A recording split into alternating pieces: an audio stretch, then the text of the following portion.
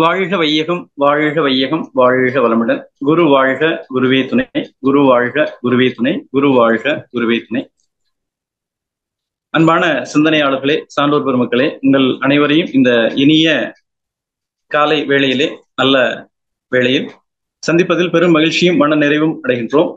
ஆசான் அருட்தந்தை யோகிராஜ் வேதாத்ரி மகிழ்ச்சி அவர்களுடைய நோக்கமாகிய உலக சமாதானம், உலக அமைதி என்ற ஒரு நிலையை அடைவதற்காக, உலக அமைதி என்ற ஒரு நிலையை அடையும் வழிமுறையாக ஒவ்வொரு தனி மனிதனும் அமைதி பெற வேண்டும் என்ற எண்ணத்திலே சில தனி மனிதர்களால் இணைய பெற்றது குடும்பம், பல குடும்பங்களால் இணைய பெற்றது இந்த ஊர் சமுதாயம், பல ஊர்களால் இணைய பெற்றது நாடு, பல நாடுகளால் இணைய பெற்றது உலகம். எனவே உலக அமைதியினுடைய தொடக்கம் என்பது ஒவ்வொரு தனி மனிதனிலிருந்து தொடங்க வேண்டும் என்ற அடிப்படையில் தனி மனித உடல் ஆரோக்கியத்திற்காக உடற்பயிற்சி முறைகளையும், உயிர் திணிவு பெற்று வலிமை பெற்று நீண்ட ஆயுள் பெறுவதற்கு காயகல்ப பயிற்சி முறைகளையும், மனம் அமைதி பெறுவதற்கு அகத்தவம் தியான பயிற்சி முறைகளையும், மனம் தெளிவு பெற்று அறிவிலே உயர்வு பெறுவதற்கு அகத்தாய்வு பயிற்சி முறைகளையும் மனவளக்கலை என்ற பெயரிலே தொகுத்து வைத்திருக்கின்றார்கள் ஆசான் அருட்தந்தை யோகிராஜ் வேதாத்ரி மகிழ்ச்சி அவர்கள். இந்த உன்னதமான உலக சமாதானம், உலக அமைதி என்ற ஒரு நிலையை அடைவதற்காக நாம் நம்மையும் இணைத்துக் கொள்வதன் பொருட்டு இந்த பயிற்சி முறைகளை முறையாக செய்து வருவோம் என்று உறுதிமொழி ஏற்றுக்கொண்டு சங்கல்பம் செய்து கொண்டு இன்றைய இந்த நிகழ்வினை நிறைவாக நடத்தி தரும்படி எல்லாம் வல்ல பேராற்றலையும் ஆசான் அருட்தந்தை யோகிராஜ் வேதாத்ரி மகிழ்ச்சி அவர்களையும் பிரபஞ்சம் முழுவதும் நிறைந்திருந்து நம்ம எப்பொழுதும் வழிநடத்தி கொண்டிருக்கக்கூடிய அனைத்து குருமார்களையும் வணங்கி இந்த நிகழ்வை தொடங்குகிறோம். வாழ்க வளமுடன், வாழ்க வளமுடன், வாழ்க வளமுடன். அன்பானவர்களே, நாம் ஏற்கனவே உலக சமாதானம் என்பதை ஒரு 3 பகுதிகளாக பிரித்து நம்முடைய சிந்தனைக்கு எடுத்துக்கொண்டிருக்கிறோம். இந்த 3 பகுதிகளில் அருட்தந்தை அவர்கள் நமக்கு வழங்கிய கிட்டத்தட்ட ஒரு 61 கவிகள், மொத்தம் உலக சமாதானம் புத்தகத்துல 200 கவிகள் இருக்கு. 61 கவிகளை பற்றி நாம் ஒரு சிறிய அளவுல சிந்தனை எடுத்திருக்கிறோம். இந்த 61 கவிகள் நமக்கு உணர்த்திய விஷயங்களை நாம் எடுத்துக்கொண்டோம். ஆனால் நம்முடைய அருட்தந்தை அவர்கள் கிட்டத்தட்ட 1958ஆம் ஆண்டு இந்த உலக சமுதாய சேவா சங்கம் அப்படின்ற ஒரு அமைப்பை தொடங்கி இருக்கிறாங்க. இந்த 1958ஆம் ஆண்டுக்கு முன்பாக, அதாவது 1954 அவங்க எழுதி இந்த உலக சமாதானம் அப்படின்ற புத்தக வடிவமா கொடுத்திருந்தாலும் 57 இத பிரதியாக பிரசுரமாக வெளிவிட செய்திருக்கிறாங்க. இதற்கு முன்னுரை எழுதியவங்க அப்படின்னு சொல்லி பார்த்தோம் அப்படின்னா அருட்தந்தை அவங்களுடைய குருபிரான் பரஞ்சோதி மகான் அவங்களுக்கு இதுக்கு முன்னுரை முகவுரை எழுதியிருக்கிறாங்க. அந்த அடிப்படையில பார்த்தோம் அப்படின்னா நாம மனவளக்கலையில கற்றுக்கொண்டிருக்கக்கூடிய அடிப்படை பயிற்சி, அதுல சொல்லிக் கொடுக்கக்கூடிய உடற்பயிற்சி, தவ முறைகள், அடிப்படை பயிற்சியில நம்ம 3 விதமான தவ முறைகள் நம்ம கற்றிருக்கிறோம். ஆக்கினை, சாந்தி, துரியம் அப்படின்னு சொல்லிட்டு.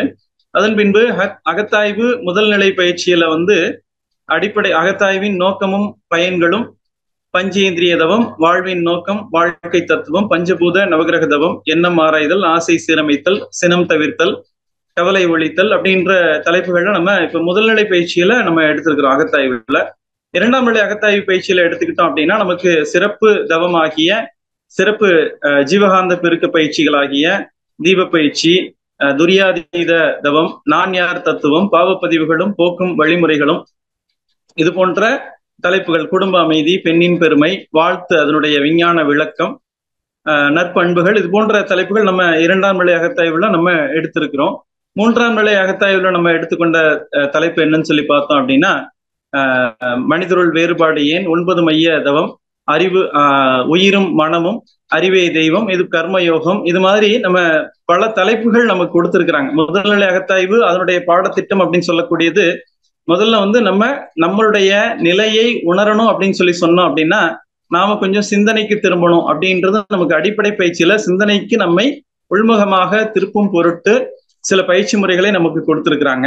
முதல்நிலை அகத்தாய்வு என்பது ஒரு மனிதனை முழுமையான மனிதனாக்கும் சிந்தனையாக நமக்கு விரிவுபடுத்தி கொடுத்திருக்கிறாங்க. அதற்கு முன்பாக நம்ம மனிதனாக இருக்கிறோமா இல்லையா அப்படின்னு சொல்லி கேட்டோம் அப்படின்னா நிச்சயமாக இல்லை அப்படின்னு சொல்லலாம். ஏன்னா நமக்கு இந்த விலங்கின பதிவுன்னு சொல்லக்கூடியதான் அந்த 6 குணங்களுடைய எழுச்சி அப்படின்றது நமக்கு அருட்தந்தை அவங்க சொல்லியிருக்கிறாங்க. அப்ப அந்த விலங்கின பதிவு எழுச்சி பெற்ற நிலையில தான் நாம இந்த பயிற்சிகளை, சிந்தனைகளை மேற்கொள்வதற்கு முன்பு வரை நாம் இருந்திருக்கிறோம் அப்படின்னு சொல்லலாம்.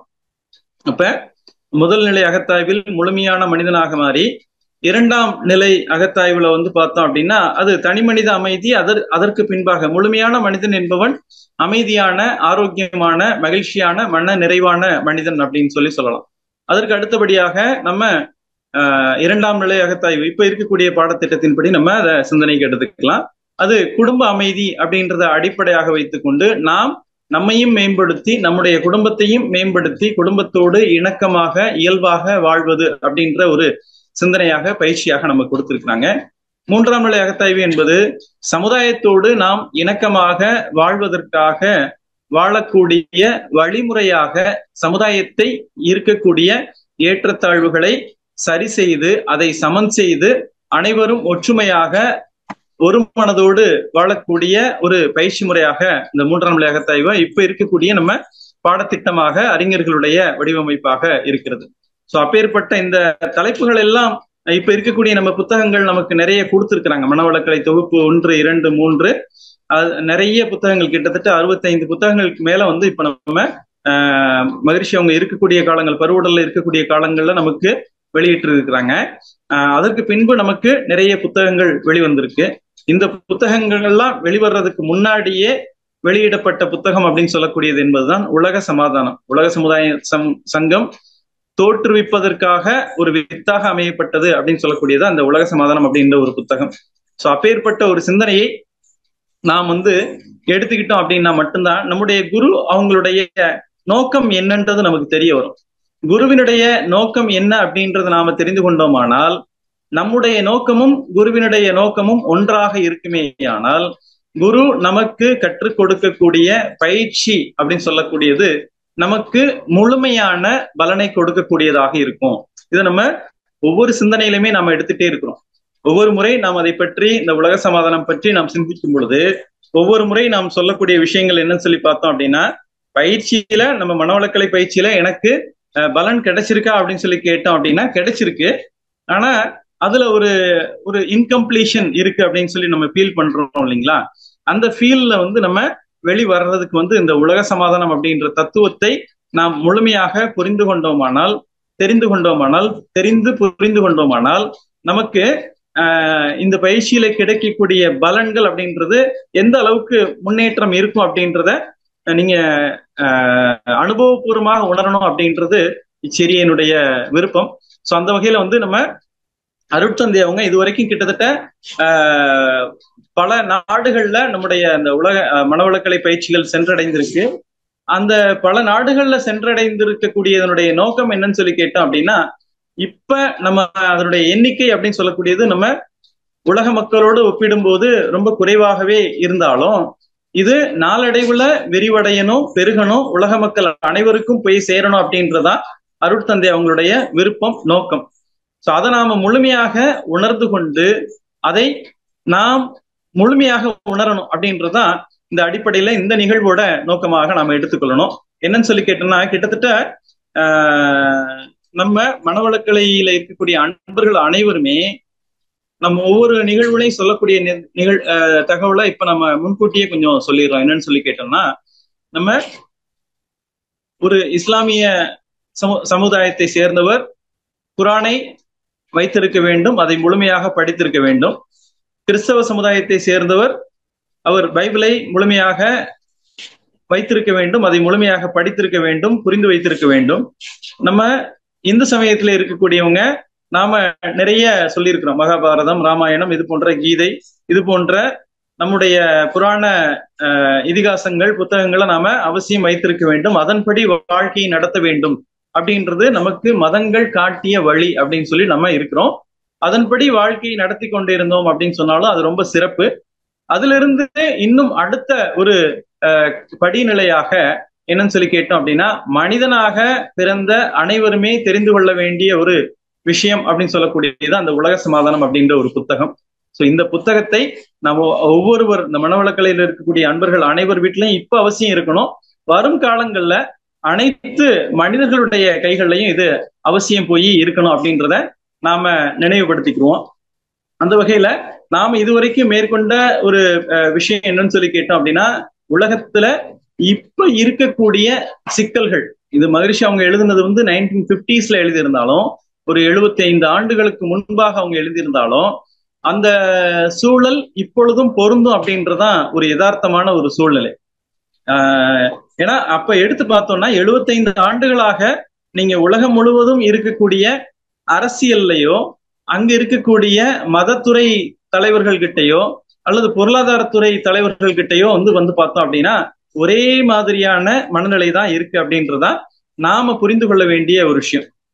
சோ அந்த 75 ஆண்டுகள்ல ஒரு சில மாற்றங்கள் நடந்திருக்கு அப்படின்றதும் உண்மைதான். அதாவது நமக்கு அன்னைக்கு இருந்த நிலையில கல்வியினுடைய வளர்ச்சி அப்படின்றது மிகப்பெரிய அளவுல மாற்றம் இருந்திருக்கு. அந்த கல்வியினுடைய வளர்ச்சி அப்படின்னு சொல்லக்கூடியது மனிதனை சிந்தனை நோக்கி செல்லக்கூடிய ஒரு விஷயமாக இருக்கு. சிந்திக்கக்கூடிய மனிதன் என்பவன் நிச்சயமாக ஒரு சரியான முடிவை செயல்பாட்டை செய்யக்கூடிய அளவுல இருப்பான் அப்படின்றது நிதர்சனம். சோ அந்த வகையில நாம இதுவரைக்கும் அருட்தந்தை அவங்க கொடுத்திருக்கக்கூடிய கருத்துக்களை ஒவ்வொரு கவியாக நம்ம இரண்டாம் பாகத்திலிருந்து நம்ம உலக சமாதானம் பகுதி 2ல இருந்து பார்த்தோம் அப்படின்னா அந்த முதல் பகுதியை மொத்தம் ஒரு 50 கவிகளுக்கு மேலா இருக்கக்கூடியதை ஒரேதா பார்த்தோம். அதுக்கப்புறம் கொஞ்சம் நுட்பமாக நம்ம ஒவ்வொரு கவியையும் எடுத்து ஆராய்ச்சி பண்ணக்கூடிய அவசியம் ஏற்பட்டிருக்கு. ஏன்னா நாம் பல இடங்கள்ல மனவளக்கலை மன்றங்கள்ல போய் பேசும்போது பார்த்தோம் அப்படின்னா நிறைய பேருக்கு உலக சமாதானம் புத்தகம் இருக்கிறது தெரியல. தெரிந்தவங்க அதை வாங்கி வைக்கல, வாங்கினவங்க அதை படிக்கல, படிச்சவங்க அதை முழுசா புரிஞ்சுக்கல அப்படின்ற மாதிரியான ஒரு சூழல் நான் நேரடியாக உணர்ந்ததுனால இத மட்டும்தான் பேசினேன்னா நமக்கு நிறைய பேராசிரியர்கள் நிறைய விஷயங்களை பேசுறாங்க. தவ நுணுக்கங்கள், அகத்தாய்வினுடைய சிறப்புகள், ஒவ்வொரு தலைப்போட சிறப்புகள், அதனுடைய பயிற்சியில நாம மேம்படுவதற்கான ஒரு வழிமுறைகளை சொல்லக்கூடியதற்கு நிறைய பேராசிரியர்கள் நிறைய மெனக்கடல் மேற்கொண்டு இத சொல்லிட்டு இருக்கிறாங்க. அதை மனவளக்கலை அன்பர்கள் நிறைய பயனடைஞ்சிட்டு கொண்டிருக்கிறோம். ஆனா இந்த அருட்தந்தை அவங்களுடைய அடிப்படை நோக்கம், அடிப்படை தத்துவம் என்பது உலக சமாதானம், உலக அமைதி. அந்த நம்ம புரிஞ்சுக்கிட்டோம் அப்படின்னா இன்னும் வேகமா முன்னேறுவது. அதாவது மனவளக்கலையே கொஞ்சம் நம்ம பயணம் போறதுல ஒரு பிளைட்ல போற மாதிரி எக்ஸாம்பிள் நமக்கு சொல்லுவாங்க. மனவளக்கலை பயிற்சின்னு சொல்லக்கூடியதே ஆன்மீக பயிற்சிகள்ல நமக்கு ஒரு விமான பயணம் மாதிரியான ஒரு சிறப்பு அப்படின்றத சொல்லுவாங்க. அதுலயும் இந்த உலக சமாதானம் அப்படின்ற ஒரு தத்துவத்தை நீங்க தெரிஞ்சுக்கிட்டீங்க அப்படின்னா இந்த பயிற்சி நம்ம மேற்கொள்ளக்கூடிய பயிற்சியினுடைய பலன் சொல்லக்கூடியது இன்னும் ஜெட் வேகன் கூட சொல்லலாம், ராக்கெட் ஸ்பீடு அப்படின்ற மாதிரி கூட நம்ம சொல்லலாம். அந்த அளவுக்கு இந்த உலக சமாதானம் அப்படின்ற ஒரு தத்துவம் பயிற்சியை தொடர்ந்து மேற்கொள்வதற்கு உதவியாக இருக்கும். இந்த உலக சமாதானம் தத்துவம் என்பது பயிற்சியை நாம் இடைவிடாத பயிற்சியாக மேற்கொள்வதற்கு உறுதுணையாக இருக்கும். அடுத்தது பயிற்சியினுடைய பலன்கள் முழுமையாக நம்மை வந்தடைவதற்கு மிக மிக மிக உறுதுணையாக இருக்கும் அப்படின்றத இந்த இடத்துல நம்ம நினைவுபடுத்திக்கிறோம். அடிப்படையில ஒரு 61 கவிகள் நம்ம பார்த்திருக்கோம் அப்படின்றத நம்ம சொன்னோம். 62வது கவியாக உலக சமாதானம் புத்தகத்தில் இருக்கக்கூடிய 62வது கவியாக அருட்தந்தை அவங்க சொல்லியிருக்கக்கூடிய அந்த தலைப்பினுடைய பெயர் ஐக்கிய நாட்டின் பொறுப்பு. இன்னைக்கு பார்த்தோம் அப்படின்னா இன்னைக்கு இருக்கக்கூடிய உலக சூழல் பார்த்தோம் அப்படின்னா நமக்கு ஐக்கிய நாடுகள் சபை அப்படின்னு சொல்லக்கூடியது உலக அரசியல்ல ஒரு மிகப்பெரிய பங்கெடுக்கக்கூடிய ஒரு அமைப்பாக இருக்கிறது. அந்த மிகப்பெரிய பங்கெடுத்து அந்த உலக மக்களிடையே அமைதியையும் ஆரோக்கியத்தையும் மகிழ்ச்சியாகவும் ஒற்றுமையாகவும் வாழ வேண்டும் அப்படின்றத இந்த ஐக்கிய நாடுகள் சபைன்னு சொல்லக்கூடிய யுஎன்ஓ மிக சிறப்பாக செய்து கொண்டிருக்கிறாங்க. அதுல சில குறைபாடுகள் இருக்கத்தான் செய்யுது. அதுல மேம்படுத்துவதற்கு நாம என்ன செய்யறோம் அப்படின்னு சொன்னா அதனுடைய பொறுப்பை உணர்த்துவது அப்படின்ற அடிப்படையில அகில உலக பொதுவாய் அமைந்திருக்கும் ஐக்கிய நாட்டு சபை இந்த பொறுப்பை ஏற்று எதன்னு சொல்லி கேட்டோம் அப்படின்னா இதற்கு முன்பாக நம்ம பொதுவிலே குழந்தைகளை வளர்த்தல் அப்படின்ற ஒரு தலைப்பை நாம பார்த்தோம். இதுக்கு முந்தைய தலைப்பாக 61வது கவியாக என்ன சொல்லியிருக்கிறாங்கன்னா குழந்தை வளர்ப்பை பொதுவாக்குதல் அப்படின்ற மாதிரியான ஒரு சிந்தனை கொடுத்திருக்கிறாங்க. அந்த குழந்தை வளர்ப்பை பொதுவாக்குதல் அப்படின்னு சொல்லக்கூடியத யார் இந்த பொறுப்பை எடுத்துக்கணும் அப்படின்னு சொல்றாங்கன்னா இப்ப அடிப்படையில நம்ம ஏற்கனவே சிந்தனைக்கு எடுத்திருக்கிறோம். குழந்தை வளர்ப்புன்னு சொல்லக்கூடியது நீங்க சாதாரணமா ஒரு கல்வி அறிவு இல்லாத பெற்றோரா இருக்கட்டும் அல்லது ஒரு வறுமை கோட்டுக்கு கீழே இருக்கக்கூடிய அன்றாட தேவைகளுக்கு கஷ்டப்படக்கூடிய குழந்தைகளாக பெற்றோருடைய குழந்தைகளாக இருக்கட்டும், ஒரு நாளைக்கு ஆயிரக்கணக்கில் லட்சக்கணக்கில் கோடிக்கணக்கில் செலவு செய்யக்கூடிய பெற்றோர் கல்வியில் உயர்ந்த நிலையில இருக்கிறவங்களா இருக்கட்டும், அவங்களுக்கு இருக்கக்கூடிய மிகப்பெரிய டாஸ்க் அப்படின்னு சொல்லக்கூடியது அந்த குழந்தை வளர்ப்பு அப்படின்ற ஒரு விஷயத்த நம்ம சொல்லலாம். அந்த விஷயத்த எளிமையாக செய்யக்கூடிய ஒரு முறையாத்தான் ஐக்கிய நாடுகள் சபை அப்படின்னு சொல்லக்கூடிய ஒரு அமைப்பு என்னவா இருக்குன்னா, குழந்தைகளை வளர்க்கும் பொறுப்பை ஏற்றுக்கொள்ள வேண்டும் அப்படின்றத சொல்லியிருக்கிறாங்க. அகில உலக பொதுவாய் அமைந்திருக்கும் ஐக்கிய நாட்டு சபை இப்பொறுப்பை ஏற்று அகில உலக பொதுவாம் திட்டமாக அமுல் நடத்த வேண்டும். அதாவது இந்த குழந்தைகளை வளர்க்கும் திட்டம் அடுத்தது அந்தந்த நாடுகளில் இருக்கக்கூடிய அரசியல் சூழல், பொருளாதார சூழல், சுகாதார சூழல் இதெல்லாம் மாற்றி நல்ல நிலைக்கு மக்களை முன்னேற்ற வேண்டும். அருட்தந்தை அவங்கள நம்ம சாதாரணமா பார்க்கும்போது ஒரு ஆன்மீகவாதி அப்படின்ற மாதிரி ஒரு நிலையில வைத்திருக்கிறோம். அவங்க மிகப்பெரிய ஒரு பன்முகத்தன்மையாளர் அப்படின்னு சொல்லலாம். பன்முகத்தன்மையாளர் அதுல ஒரு அடிப்படையான விஷயம் என்னன்னு சொல்லி கேட்டோம் அப்படின்னா, அதுதான் வந்து பார்த்தோம் அப்படின்னா இந்த சமுதாய சீர்திருத்தவாதி அப்படின்னு சொல்லலாம். சீர்திருத்தம்னா நான் செய்யறேன் அப்படின்ற விஷயத்த அவங்க எப்பொழுதுமே எந்த இடத்துலயுமே சொல்லல. இதை செய்வது இறைநிலைதான். இந்த கருத்தை எனக்கு உணர்த்தியது இச்சிறு கவியில் இறை எனக்கு உணர்த்தியவாறு தந்துளேன் அன்பர்களே, தரம் உணர்ந்து பயன் கொள்வீர், குற்றம் குறை கோல்வகை வஞ்சம் ஐந்தும் ஒழித்து அந்த கவியில நமக்கு அருட்தந்தை அவங்க நமக்கு சொல்லியிருப்பாங்க. சோ அந்த இறை உணர்த்திய தன்மைகளை, அதனுடைய கருத்துக்களை நாம் முழுமையாக உள்வாங்க வேண்டும். அதை உள்வாங்கி உணர வேண்டும். உணர்ந்து பிறருக்கு கொண்டு செல்லக்கூடிய ஒரு பொறுப்பை நாம் ஏற்றுக்கொள்ள வேண்டும் அப்படின்னு சொல்லிட்டு நாம ஏற்றுக்கொண்டோமானால், நீங்க குருவினுடைய வேலையை நீங்க எடுத்துக்கிட்டீங்கன்னா உங்களோட வேலை, உங்களுடைய குடும்பமா இருக்கட்டும், உங்களுடைய ஆரோக்கியமா இருக்கட்டும், உங்களுடைய பொருளாதார வளர்ச்சியா இருக்கட்டும், உங்க குழந்தைகளுடைய கல்வி, வேலை, திருமணம், பேரம்பேத்தினுடைய உடல் நலம், இப்படி எந்த ஒரு விஷயமாக இருந்தாலும் குருவோட வேலையை நீங்க எடுத்துக்கிட்டதுனால உங்களுடைய வேலைய அவர் சுலபமா முடிச்சு கொடுப்பார். சரிங்களா? இதுதான் வந்து அன்பர்கள், ஆசிரியர்கள், அடியேன் உணர்ந்த ஒரு விஷயம். இதை நம்ம இப்ப சிந்தனைக்கு எடுத்திருக்கிறோம். அன்பு பணியை போன்று அகில உலகம் இந்த சிறுவர் சுற்றி அறிவு பயிற்சி பெறவும் வசதி வேண்டும். இப்ப நாம என்ன நினைக்கிறோம் அப்படின்னா, என்னுடைய குழந்தை நல்லா இருக்கணும், என்னுடைய குழந்தை நல்லா இருக்கணும், என் குழந்தைய நல்லா இருக்கணும் அப்படின்னு சொல்லி கேட்டோம் அப்படின்னா, என் வீட்டுக்குள்ளேயே என் குழந்தை இருந்தா நல்லா இருக்குமா அப்படின்னா அதுக்கு சாத்தியமே இல்லை. வீட்டுக்குள்ளேயே நம்ம குழந்தை இருந்ததுன்னா அதுக்கு வெளி உலக அனுபவம் அப்படின்னு சொல்லக்கூடியது துளியும் இருக்காது அப்படின்றது யதார்த்தமான உண்மை. அப்ப வெளி உலக அனுபவமே இல்லை அப்படின்னா சக மனிதர்களை கையாளக்கூடிய திறம் என்பது அந்த குழந்தைக்கு இருக்காது. சமுதாயத்துல நாம வாழணும். சமுதாயத்துல ஏன்னா வாழ்க்கை என்பது தான், சமுதாயம், இயற்கை, இந்த மூன்றோட இணைப்பு தான் வாழ்க்கை. அப்ப அந்த மூன்றோட இணைப்போட வாழ்க்கையை பற்றி நாம் குழந்தைகளுக்கு கற்றுக் கொடுக்க வேண்டுமானால் வெறும் புத்தக கல்வியும் அல்லது கம்ப்யூட்டரிலோ மொபைல்லையோ இல்ல டிவிலையோ பார்க்கக்கூடிய கல்வியும் மட்டும் அந்த குழந்தைகளுக்கு முழுமையான வளர்ச்சியை கொடுத்து விடுமானால் அது நிச்சயமாக இல்லை அப்படின்னு சொல்லலாம். ஏன்னா நீங்க குழந்தைகளை வந்து வீட்டுக்குள்ள வச்சிருந்தீங்க அப்படின்னா அவங்களுக்கு மனிதர்களை கையாளக்கூடிய திறமை என்பது அங்க இல்லை அப்படின்றத சொல்றாங்க. மனிதர்களை கூட கையாள அவங்களுக்கு தெரியல, சக மனிதர்களிடம் எப்படி பேசுவது என்பது தெரியல. இன்னும் சொல்ல போனா சக உதிரம்னு சொல்லக்கூடிய சகோதர சகோதரிகள் கிட்ட எப்படி பேசுவது அப்படின்ற ஒரு விஷயத்தை கற்றுக் கொடுக்கக்கூடிய ஒரு பொறுப்பு என்பது அறிஞர்களுக்கு வேண்டும் அப்படின்னு சொல்றாங்க. அறிஞர்களுக்கு அந்த பொறுப்பை அமைத்து கொடுக்க வேண்டும். அப்ப அந்த அறிஞர்கள் அந்த பொறுப்பை எடுத்துக்கொண்டால் அந்த சமுதாயத்திலே வளர்க்கக்கூடிய குழந்தைகள் என்பது அறிவு திறம் பெருகிய குழந்தைகளாக இருக்கும். அந்த அறிவுத்திறம் பெருகிய குழந்தைகள் அதற்கு என்ன மாதிரியான வாய்ப்புகள் வசதி வேணும்னு சொல்றாங்கன்னா, அதாவது அடிப்படையில ஒரு மனிதன் வாழ்வதற்கு நம்ம 12 தத்துவங்கள் வாழ்க்கை தத்துவத்துல நம்ம படித்திருப்போம். அதுல வந்து அந்த சிறு குழந்தைகளுக்கான தேவைன்னா தேவைகள் 3, அடுத்தது காப்புகள் 3, அறநெறிகள் 3, அறிவின் நிலைகள் 3, இந்த 12ஐயும் நம்ம அடிப்படையில அவங்களுக்கு புரிய வைத்து விட்டோமானால் அந்த தேவைகள் 3ல இருக்கக்கூடிய உடல் கழிவுகளின் உந்து வேகத்திற்கு தக்க வயது அப்படின்ற ஒரு விஷயத்தை நாம உணர்த்தி விட்டோமானால், வித்தின் பெருமையை நாம் உணர்த்தி விட்டோமானால் அவங்க ஒழுக்கத்தில் மிக சிறந்தவர்களாக வளர்ந்து வருவார்கள். அந்த வளர்ந்து வரக்கூடிய காலகட்டத்துல அவங்களுக்கு நமக்கு 5 விதமான கல்வி முறைகளை நம்ம கொடுத்திருக்கிறாங்க அருட்தந்தை அவங்க. அதாவது நம்ம அந்த வீடு கட்டுதல், சமையல் செய்தல், நெசவு துணி நெய்யக்கூடிய ஒரு திறன், இயந்திரங்களை கையாளுதல், இது போன்ற ஒரு 5 விஷயங்களை நமக்கு அந்த குழந்தைகளுக்கு கற்றுக் கொடுக்க வேண்டும்.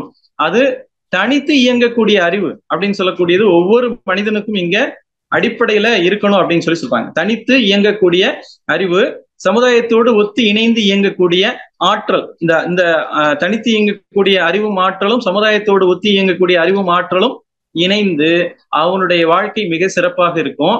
அப்படி சிறப்பாக அமைந்த ஒரு குழந்தை என்ன இருக்குன்னு சொல்லி கேட்டீங்கன்னா, உலகத்துல இருக்கக்கூடிய அத்தனை விஷயங்களையும் கண்டு ரசிக்க வேண்டும்னு சொல்றாங்க. என்னன்னா, அன்பு பணியை போன்று அகில உலகம் இந்த சிறுவர் சுற்றி, இந்த உலகம் முழுவதும் அந்த குழந்தைகள் சுற்றி வர வேண்டும்னு சொல்றாங்க.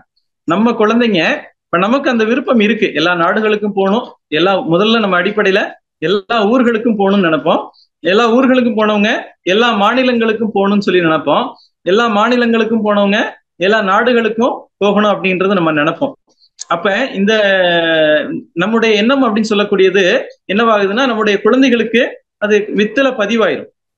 அது நடைமுறைக்கு வந்துச்சுன்னா தான் அந்த குழந்தைங்க அறிவுல முன்னேற்றம் அப்படின்ற ஒரு நிலையை அடையும். சோ அந்த வகையில இந்த வாய்ப்பை நாம ஏற்படுத்தி கொடுக்கணும் அப்படின்னா, இந்த உலக சமாதானம் திட்டம் நடைமுறைக்கு வரணும். நாம ஏற்படுத்தி கொடுக்கணும், நாம அல்ல, அந்த அமைப்பாகிய உலக ஐக்கிய நாடுகள் சபைன்னு சொல்லக்கூடிய ஒரு நிறுவனம் அப்படின்ற ஒரு அமைப்பு இந்த ஒரு வாய்ப்பை ஏற்படுத்தி கொடுக்க வேண்டும் அப்படின்றத சொல்றாங்க. அகில உலகில் இவர்கள் 50 ஆண்டில் அறம் வளர்க்கும் அறிஞர்களாக திகழ வேண்டும். இன்றைக்கு சமுதாயத்திலே இருக்கக்கூடிய குழந்தைகளை நாம் உற்று கவனித்தோமானால், அந்த குழந்தைகளிடம் சக மனிதர்களிடம் எப்படி பழகுவது என்பது தெரியவில்லை, சக மனிதர்களை எப்படி கையாளுவது என்பது தெரியவில்லை. அதாவது ஆண் பெண் பாலின வேதத்தை உணர்ந்து பழகக்கூடிய தன்மை என்பது இன்னைக்கு சமுதாயத்துல மிக குறைந்த அளவுல இருக்கு. அது பெரிய அளவுல வளரணும் அப்படின்றது இன்னைக்கு உள்ள சூழல். ஒவ்வொரு நாளும் நாம செய்தித்தாள்கள்லையும் டிவிலையும் பார்க்கக்கூடிய நிகழ்வுகள் அப்படின்னு சொல்லக்கூடியது நம்முடைக்கு ரொம்ப ஒரு அச்சத்தை, அதாவது நமக்கு மனவளக்கலையில் இருக்க அன்பர்களுக்கு இல்ல, பொதுவாக சமுதாயத்துல வாழக்கூடிய மக்களுக்கு அச்சத்தை ஏற்படுத்தக்கூடிய விதமாகத்தான் இருக்கு அப்படின்றதான் உதாரணம். சோ இந்த முறையில் குழந்தைகளை வளர்க்கும் திட்டத்தை அகில உலக நாடுகள் சபை ஏற்றுக்கொண்டு அதன் உலக சமாதான நோக்க செயல்முறைகள் இதையும் ஒரு முக்கிய பகுதியாக கருதி நடத்த வேண்டும். மனித குலத்திற்கு செய்ய வேண்டிய அன்பு பணியாகவும் கடமையாகவும் இதை அது கொள்ள வேண்டும். மனித சமுதாயத்திற்கே செய்யக்கூடிய ஒரு அன்பு பணின்னு சொல்றாங்க இந்த குழந்தைகளை பொதுவில் வளர்க்கக்கூடிய ஒரு திட்டத்தை. வேதமற்ற இந்த குழந்தைகள் கூடி பழகி உலக நாடுகள் முழுவதையும் சுற்றி அறிவின் பயிற்சி, தொழிற்பயிற்சி இவைகள் பெற ஏற்ற முறையில் இந்த திட்டத்தை நிறைவேற்ற வேண்டும். இப்போது ஆரம்பித்து இந்த குழந்தை வளர்ப்பு திட்டத்தை அமல் நடத்தி வந்தால் இன்னும் 50 வருடங்களில் இந்த திட்டத்தால் பண்பட்டவர்கள் உலகத்திலே மனித குலத்தை உய்விக்கும் அறம் வளர்க்கும் அறிஞர்களாக ஒழுக்கம், திறமை, சேவை இவைகளில் சிறந்து விளங்குவார்கள். அடிப்படையில இன்றைக்கு நம்ம நாட்டுல இருக்கக்கூடிய காட்சியை பார்த்தோம் அப்படின்னா, நாம ஒரு 50 ஆண்டுகள் ரொம்ப கஷ்டப்பட்டு உழைச்சு சம்பாரிச்சு வாழக்கூடிய வீட்டுல நாம எதுக்கு ஒரு வீடு கட்டுறோம் அப்படின்னா, பெருசா நம்ம வீடு கட்டுவோம். பெருசா வீடு கட்டி அந்த வீட்டுல நம்ம குடும்பத்தோட இருக்கணும் அப்படின்னு தான் நம்மளுடைய விருப்பமா இருக்கு. ஆனா பார்த்தோம் அப்படின்னா அந்த குடும்பத்துல வயதான ஒரு பெற்றோர் இருக்கிறாங்க. அவங்க குழந்தைங்க எங்க இருக்கிறாங்கன்னா, ஏதோ ஒரு நாட்டுல, ஏதோ ஒரு ஊர்ல, இல்ல ஏதோ ஒரு மாநிலத்துல அவங்க வேலை செய்யக்கூடிய ஒரு வாய்ப்பா இருக்கு இன்னைக்கு. சரிங்களா? ஏன்னா நாம நம்முடைய தாத்தா பிறந்த ஊர்ல இல்ல, நம்ம தாத்தாவுக்கு தாத்தா இருந்த ஊர்ல நம்ம தாத்தா இல்ல, நம்ம தாத்தா பிறந்த ஊர்ல நாம இல்ல, நம்ம தாத்தா கட்டின வீட்லயோ இல்ல நம்ம தாத்தா வாழ்ந்த ஊர்லயோ நாம இருக்கக்கூடிய சூழ்நிலை அப்படின்னு சொல்லக்கூடியது இன்னைக்கு அந்த விகிதாச்சாரம்ன்றது ரொம்ப ரொம்ப குறைவாக மாறிவிட்டது அப்படின்னு சொல்லலாம். இன்னைக்கு வேலை வாய்ப்பு காரணமாகவும் கல்வி வசதி காரணமாகவும் உலகம் சுற்றி பார்க்க வேண்டும் அப்படின்ற ஒரு விருப்பத்தின் காரணமாகவும் நாம ஒரே இடத்துல இருந்து வாழக்கூடிய ஒரு அமைப்பிலிருந்து மாறி இருக்கோம். ஏன்னா விஞ்ஞான வளர்ச்சி அந்த அளவுக்கு இருக்கிறதுனால, அந்த அளவுக்கு எல்லா நாடுகளுக்கும் போயிட்டு வரக்கூடிய வாய்ப்பு வசதி அமைந்திருக்கு அப்படின்றதுனால இன்னைக்கு எல்லா நாடுகள்லையும் போயிருக்கிறோம். அந்த இருக்கக்கூடிய ஒரு வீட்டை, ஒரு வாய்ப்பை பயன்படுத்தக்கூடிய, அந்த வீட்டை பராமரிக்கிறதுக்கே அங்க இருக்கக்கூடிய வயதான பெற்றோர்னால முடியல அப்படின்றதா யதார்த்தமான ஒரு சூழல் அப்படின்னு சொல்லலாம். சோ அடுத்தது என்ன சொல்றாங்கன்னா, அந்த 63வது கவியில இராணுவத்தை முதலில் கலைக்க வேண்டும் சொல்றாங்க. இராணுவத்தை கலைக்க முதலில் முயல வேண்டும் அப்படின்னு சொல்றாங்க அருட்தந்தை அவங்க. என்னன்னா, மனித இன வாழ்க்கை தத்துவத்தை எல்லா மக்களுக்கும் விளக்கிடவும் இராணுவத்தை இனி எங்கும் இல்லாமல் செய்வதற்கும் எல்லா நாடுகளும் ஒத்து உலக ஆட்சி புனித மனப்பான்மையுடன் தோன்றவும் நல்ல பொறுப்புடைய அறிஞர் பலர் சேர்ந்த சங்கம் கனிவுடனே அரசியலை ஏற்கும் கட்சிகளை பண்படுத்தும் கடமை செய்யும்ன்றாங்க. அதாவது இன்னைக்கு மனித இன வாழ்க்கை தத்துவத்தை எல்லா மக்களுக்கும் சொல்லணும் அப்படின்னு சொன்னோம் அப்படின்னா, இந்த இராணுவத்தை இனி எங்கும் இல்லாமல் செய்வதற்கும், உலகத்துல இருக்கக்கூடிய எந்த நாடுகள்லையும் இராணுவம் அப்படின்ற ஒரு விஷயம் இருக்கக்கூடாது அப்படின்னு சொல்லி மகிழ்ச்சி அவங்க சொல்லியிருக்கிறாங்க. புனித மனப்பான்மையுடன் தோன்றவும் நல்ல பொறுப்புடைய அறிஞர் பலர் சேர்ந்த சங்கம் கனிவுடனே அரசியலை ஏற்கும் கட்சிகளை பண்படுத்தும் கடமை செய்யும் சொல்றாங்க. இந்த விஷயத்தை எல்லாம் செய்யக்கூடியவங்க யாரு அப்படின்னு சொல்லி கேட்டோம் அப்படின்னா, பொறுப்புடைய அறிஞர் பலர் சேர்ந்த சங்கம். பொறுப்புடைய அறிஞர்கள் பலர் சேர்ந்த சங்கம். இன்னைக்கு உலகத்துல மகிழ்ச்சி அவங்க சொல்லுவாங்க, அதாவது ஒரு டாலருக்கு உற்பத்தி பண்ணக்கூடிய அந்த இராணுவ தளவாடங்கள் அப்படின்னு சொல்லக்கூடியது கிட்டத்தட்ட $600 விற்பனை ஆகும் அப்படின்னு சொல்றாங்க.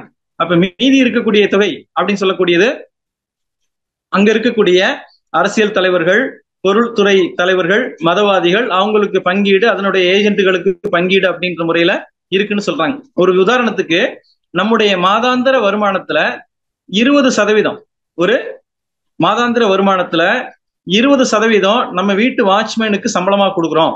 உதாரணத்துக்கு சொல்றேன், நம்ம அந்த அளவுக்கு இராணுவத்தை நம்ம குறைத்து மதிப்பிடுறோம் அப்படின்ற நோக்கம் அல்ல. அருட்தந்தை அவங்க சொன்ன விஷயத்த நம்ம புரிந்து கொள்றதுக்காக இன்னைக்கு நம்ம ஒவ்வொரு நாட்டோட 2024 பட்ஜெட்டை சும்மா எதை எடுத்து பார்த்தோம் அப்படின்னா, உதாரணத்துக்கு இந்திய நாட்டினுடைய 2024 பட்ஜெட்ல எடுத்துக்கிட்டோம் அப்படின்னா, அவங்க 48.21 லட்சம் கோடி, கிட்டத்தட்ட 50 லட்சம் கோடி அவங்களுடைய ஒரு ஆண்டு பட்ஜெட் அப்படின்னு சொன்னோம் அப்படின்னா, அதுல கிட்டத்தட்ட 7%, 6.21 லட்சம் கோடி, 7% கிட்ட என்ன சொல்லியிருக்கிறாங்க அப்படின்னா, இராணுவத்திற்கு, இந்த நாட்டோட பாதுகாப்பிற்கு ஒதுக்கப்பட்ட தொகைன்னு சொல்றாங்க.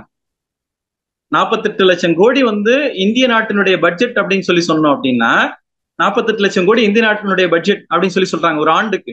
அதுல எவ்வளவு செலவாகுன்னு சொல்லி கேட்டீங்கன்னா, இராணுவத்திற்கு, இந்த நாட்டினுடைய பாதுகாப்புக்கு மட்டும் கிட்டத்தட்ட 7 லட்சம் கோடி ரூபாய் நமக்கு இந்திய நாட்டினுடைய பட்ஜெட்ல செலவாகுது இந்த 2024 பட்ஜெட்ல. இதே அமெரிக்கால எடுத்து பார்த்தோம் அப்படின்னா, அதாவது 7 லட்சம் கோடி டாலர், அவங்க கணக்குல டாலர்ல வர்றதுனால நம்ம 7x87 போட்டுக்கலாம், சரிங்களா? நம்மளுடைய கணக்குக்கும் அவங்களுக்கும் உள்ள வித்தியாசத்தை அந்த ரூபாயில கணக்கு போடுறதா இருந்தா 7 லட்சம் கோடி டாலர் பார்த்தோம் அப்படின்னா அவங்களுடைய ஒட்டுமொத்த பட்ஜெட்டா இருக்கு இந்த அமெரிக்க நாட்டினுடைய 2024 பட்ஜெட்ல. அதுல பார்த்தோம் அப்படின்னா 1.83, கிட்டத்தட்ட 2 லட்சம் கோடி டாலர், 850 பில்லியன் டாலர், அதாவது கிட்டத்தட்ட 85,000 லட்சம் கோடி டாலர் பார்த்தோம் அப்படின்னா அவங்களுடைய இராணுவத்திற்கு செலவு பண்றாங்க. இதுல பற்றாக்குறைன்னு ஒண்ணு சொல்றாங்க இல்லைங்களா? பற்றாக்குறை இந்த அதாவது உலகம் முழுவதும் இருக்கக்கூடிய நாடுகள்லயே வளம் மிக்க நாடு, நல்ல பொருளாதார நிலையில் இருக்கக்கூடிய நாடு அப்படின்லாம் சொல்லக்கூடிய அமெரிக்காவே பார்த்தோம் அப்படின்னா, இந்த 2024 அவங்களுடைய பற்றாக்குறை, அவங்களுடைய வரவுக்கும் செலவுக்கும் இருக்கக்கூடிய வித்தியாசம், டெபிசிட்னு சொல்லக்கூடியது பார்த்தோம் அப்படின்னா 1,83 ட்ரில்லியன் கோடின்னு சொல்றாங்க. அதாவது பார்த்தோம் அப்படின்னா 1.87 லட்சம் கோடி டாலர் அவங்களுக்கு டெபிசிட், பற்றாக்குறையில இருக்கக்கூடிய பட்ஜெட்டை தான் அவங்களும் அங்க பிரசன்ட் பண்ணியிருக்கிறாங்க அந்த அமெரிக்க நாடாளுமன்றத்திலையும். அப்ப இந்த உலகம் முழுக்க இருக்கக்கூடிய வளம், இயற்கை வளத்தை வாழ்க்கை வளமாக மாற்றும் திறன் உடையவன் மனிதன் சொல்லியிருக்கிறாங்க. இந்த பொருளாதாரம், பணம் அப்படின்ற ஒரு விஷயத்தை பத்தி மகிழ்ச்சி அவங்க சொல்லும் போது என்ன சொல்றாங்க அப்படின்னு கேட்டீங்கன்னா, token of labour is called money அப்படின்னு சொல்லியிருக்கிறாங்க. அப்ப மனித உழைப்பினுடைய மறு வடிவம் அப்படின்னு அதற்கு கொடுக்கக்கூடிய மதிப்பு அப்படின்னு சொல்லக்கூடியதான் இந்த பணம்ன்ற ஒரு விஷயத்த மகிழ்ச்சி அவங்க நமக்கு உணர்த்தி இருக்கிறாங்க. அப்ப மனித உழைப்பு இன்னைக்கு இல்லாத நாடுகள் இல்லை. அதாவது அதுல ஒரு சிலருக்கு அவங்கவுங்களுக்கு தெரிந்த வேலைகளை செய்து கொண்டேதான் இருக்கிறாங்க. யாரும் எந்த இடத்துலயுமே முழுமையாக சோம்பேறித்தனத்தோட இருக்கிறவங்க அப்படின்னு சொல்லி பார்த்தோம் அப்படின்னா ரொம்ப ரொம்ப ரொம்ப ரொம்ப ரொம்ப குறைவான விகிதத்துலதான் இருக்கிறாங்க. எல்லாருமே இன்னைக்கு உழைத்து பொருளீட்டக்கூடிய அளவுல எல்லாருக்குமே அந்த உணர்வு அப்படின்றது நாளுக்கு நாள் பெருகி கொண்டே வர்றதை நம்ம பார்த்துட்டே இருக்கிறோம். இன்னைக்கு உழைக்காமல் மனிதன் வாழ முடியாது. அப்பேற்பட்ட ஒரு சூழலை இன்னைக்கு சமுதாயம் இயற்கையை வந்து இயற்கையாகவே ஏற்படுத்தி இருக்கு அப்படின்றத நம்ம சொல்லணும். அப்ப இந்த வாழ்க்கையில வந்து பார்த்தோம் அப்படின்னா அந்த நம்முடைய அரசாங்கங்கள் செலவு செய்யக்கூடிய தொகை இன்னைக்கு உலகம் முழுக்க இருக்கக்கூடிய மக்களுடைய வறுமைன்னு சொல்லக்கூடியது ரொம்ப எளிமையாக போக்கிவிட முடியுன்றாங்க. உலகம் முழுவதும் வாழக்கூடிய மக்கள்கிட்ட இருக்கக்கூடிய இந்த பொருளாதார ஏற்றத்தாழ்வு அப்படின்றதுதான் மனிதன்கிட்ட இருக்கக்கூடிய மிகப்பெரிய சமுதாய சிக்கல்களுக்கான அடிப்படை. ஒரு ரோட்ல போயிட்டு இருக்கிறவங்க அவங்களோட ஒரு வழிப்பறி செய்யறாங்க, ஒரு செயின் ஸ்நாச்சிங்கோ இல்ல பிட் பாக்கெட் அது மாதிரியான விஷயங்கள் இன்னைக்கு சமுதாயத்துல செய்தியா பாக்குறோம். அவர் ஏன் அதை செய்யறாரு அப்படின்னு கேட்டீங்கன்னா, அவருடைய வாழ்க்கையை இயல்பாக பூர்த்தி செய்ய முடியும் அப்படின்ற ஒரு வழிமுறை அவருக்கு தெரியல. இதற்கு அடிப்படையான காரணம் என்பது சமுதாயம் அதற்கான வாய்ப்பை ஏற்படுத்தி கொடுக்கவில்லை. அவர்னால உழைச்சு பொருளீட்ட முடியும் அப்படின்ற ஒரு நம்பிக்கையை அவருக்கு இந்த சமுதாயம் கொடுக்கவில்லை. அடிப்படையில இதற்கு முன்ன கொஞ்சம் இன்னும் ஆழமா போனா அவங்க பெற்றோர் அவங்கள கொடுக்கல. ஏன்னா பெற்றோருமே சமுதாயத்தினுடைய ஒரு பகுதி தானே அப்படின்றதான சொல்லியிருக்கிறாங்க.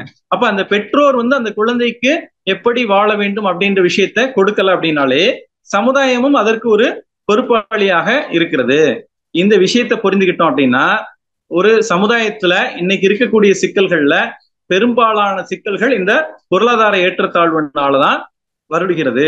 போரில்லா நல்லுலகம், பொருள்துறையில் சமநீதி, நேர்மையான நீதிமுறை, நில உலகு கோராட்சி, சீர் செய்த பண்பாடு, சிந்தனையோர் வழிவாழ்வு, சிறப்புணர்ந்த பெண்மதிப்பு, தெய்வநீதி வழிவாழ்தல், சிறுவர்கட்கே விளையாட்டு, தேர் திருவிழா தவிர்த்தல், செயல் விளைவு உணர்கல்வி, சீர்காந்த நெல்லை விளக்கம், பார் முழுவதும் உணவு நீர் பொதுவாக்கல், பலமதங்கள் பலகடவுள் பழக்கம் ஒழித்து உண்மை ஒன்றை தேர்ந்தெடுதல் அப்படின்ற ஒரு விஷயத்தை நமக்கு புரிந்து கொண்டோமானால் இன்னைக்கு இருக்கக்கூடிய இந்த சிக்கல்கள், சமுதாயத்துல இருக்கக்கூடிய சிக்கல்கள் எல்லாரும் நமக்கு வந்து பார்த்தோம் அப்படின்னா இந்த நம்ம கிட்ட இருக்கக்கூடிய பிரச்சனை தான் பெரிய பிரச்சனைன்னு சொல்லி நம்ம நினைச்சிட்டு இருக்கிறோம்.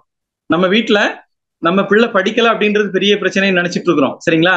நீங்க எவ்வளவு பெரிய அறிவாளி குழந்தையாக வளர்த்தாலும் சரி, சமுதாயத்துல அவர் ரோட்ல போகும்போது சக மனிதர்கள்கிட்ட அங்க இருக்கக்கூடிய ஏதோ ஒரு சிக்கலை, அங்க இருக்கக்கூடியதும் இறைநிலை தான் அப்படின்ற ஒரு உணர்வு அவங்க பெறல அப்படின்னு சொல்லி சொன்னோம்னா அந்த கல்வி என்பது ஒரு பயனில்லாத ஒரு கல்வியாக மாறிவிடும். அறம் போல் கூர்மையரேனும் மரம் போல்வர் மக்கட்பண்பு இல்லாதவர். அந்த பண்பு என்பது சுத்தவெளியே இறைத்துகளாக, விண்ணாக, காற்றாக, நெருப்பாக, நீராக, நிலமாக, பஞ்சபூதங்களாகவும் ஓரறிவு முதற்கொண்டு ஆறாவது அறிவு சிறப்பு பெற்ற மனிதனாக வந்திருக்கிறது அப்படின்ற ஒரு உண்மையை நாம் நம்முடைய குழந்தைகளுக்கு உணர்த்த வேண்டும்.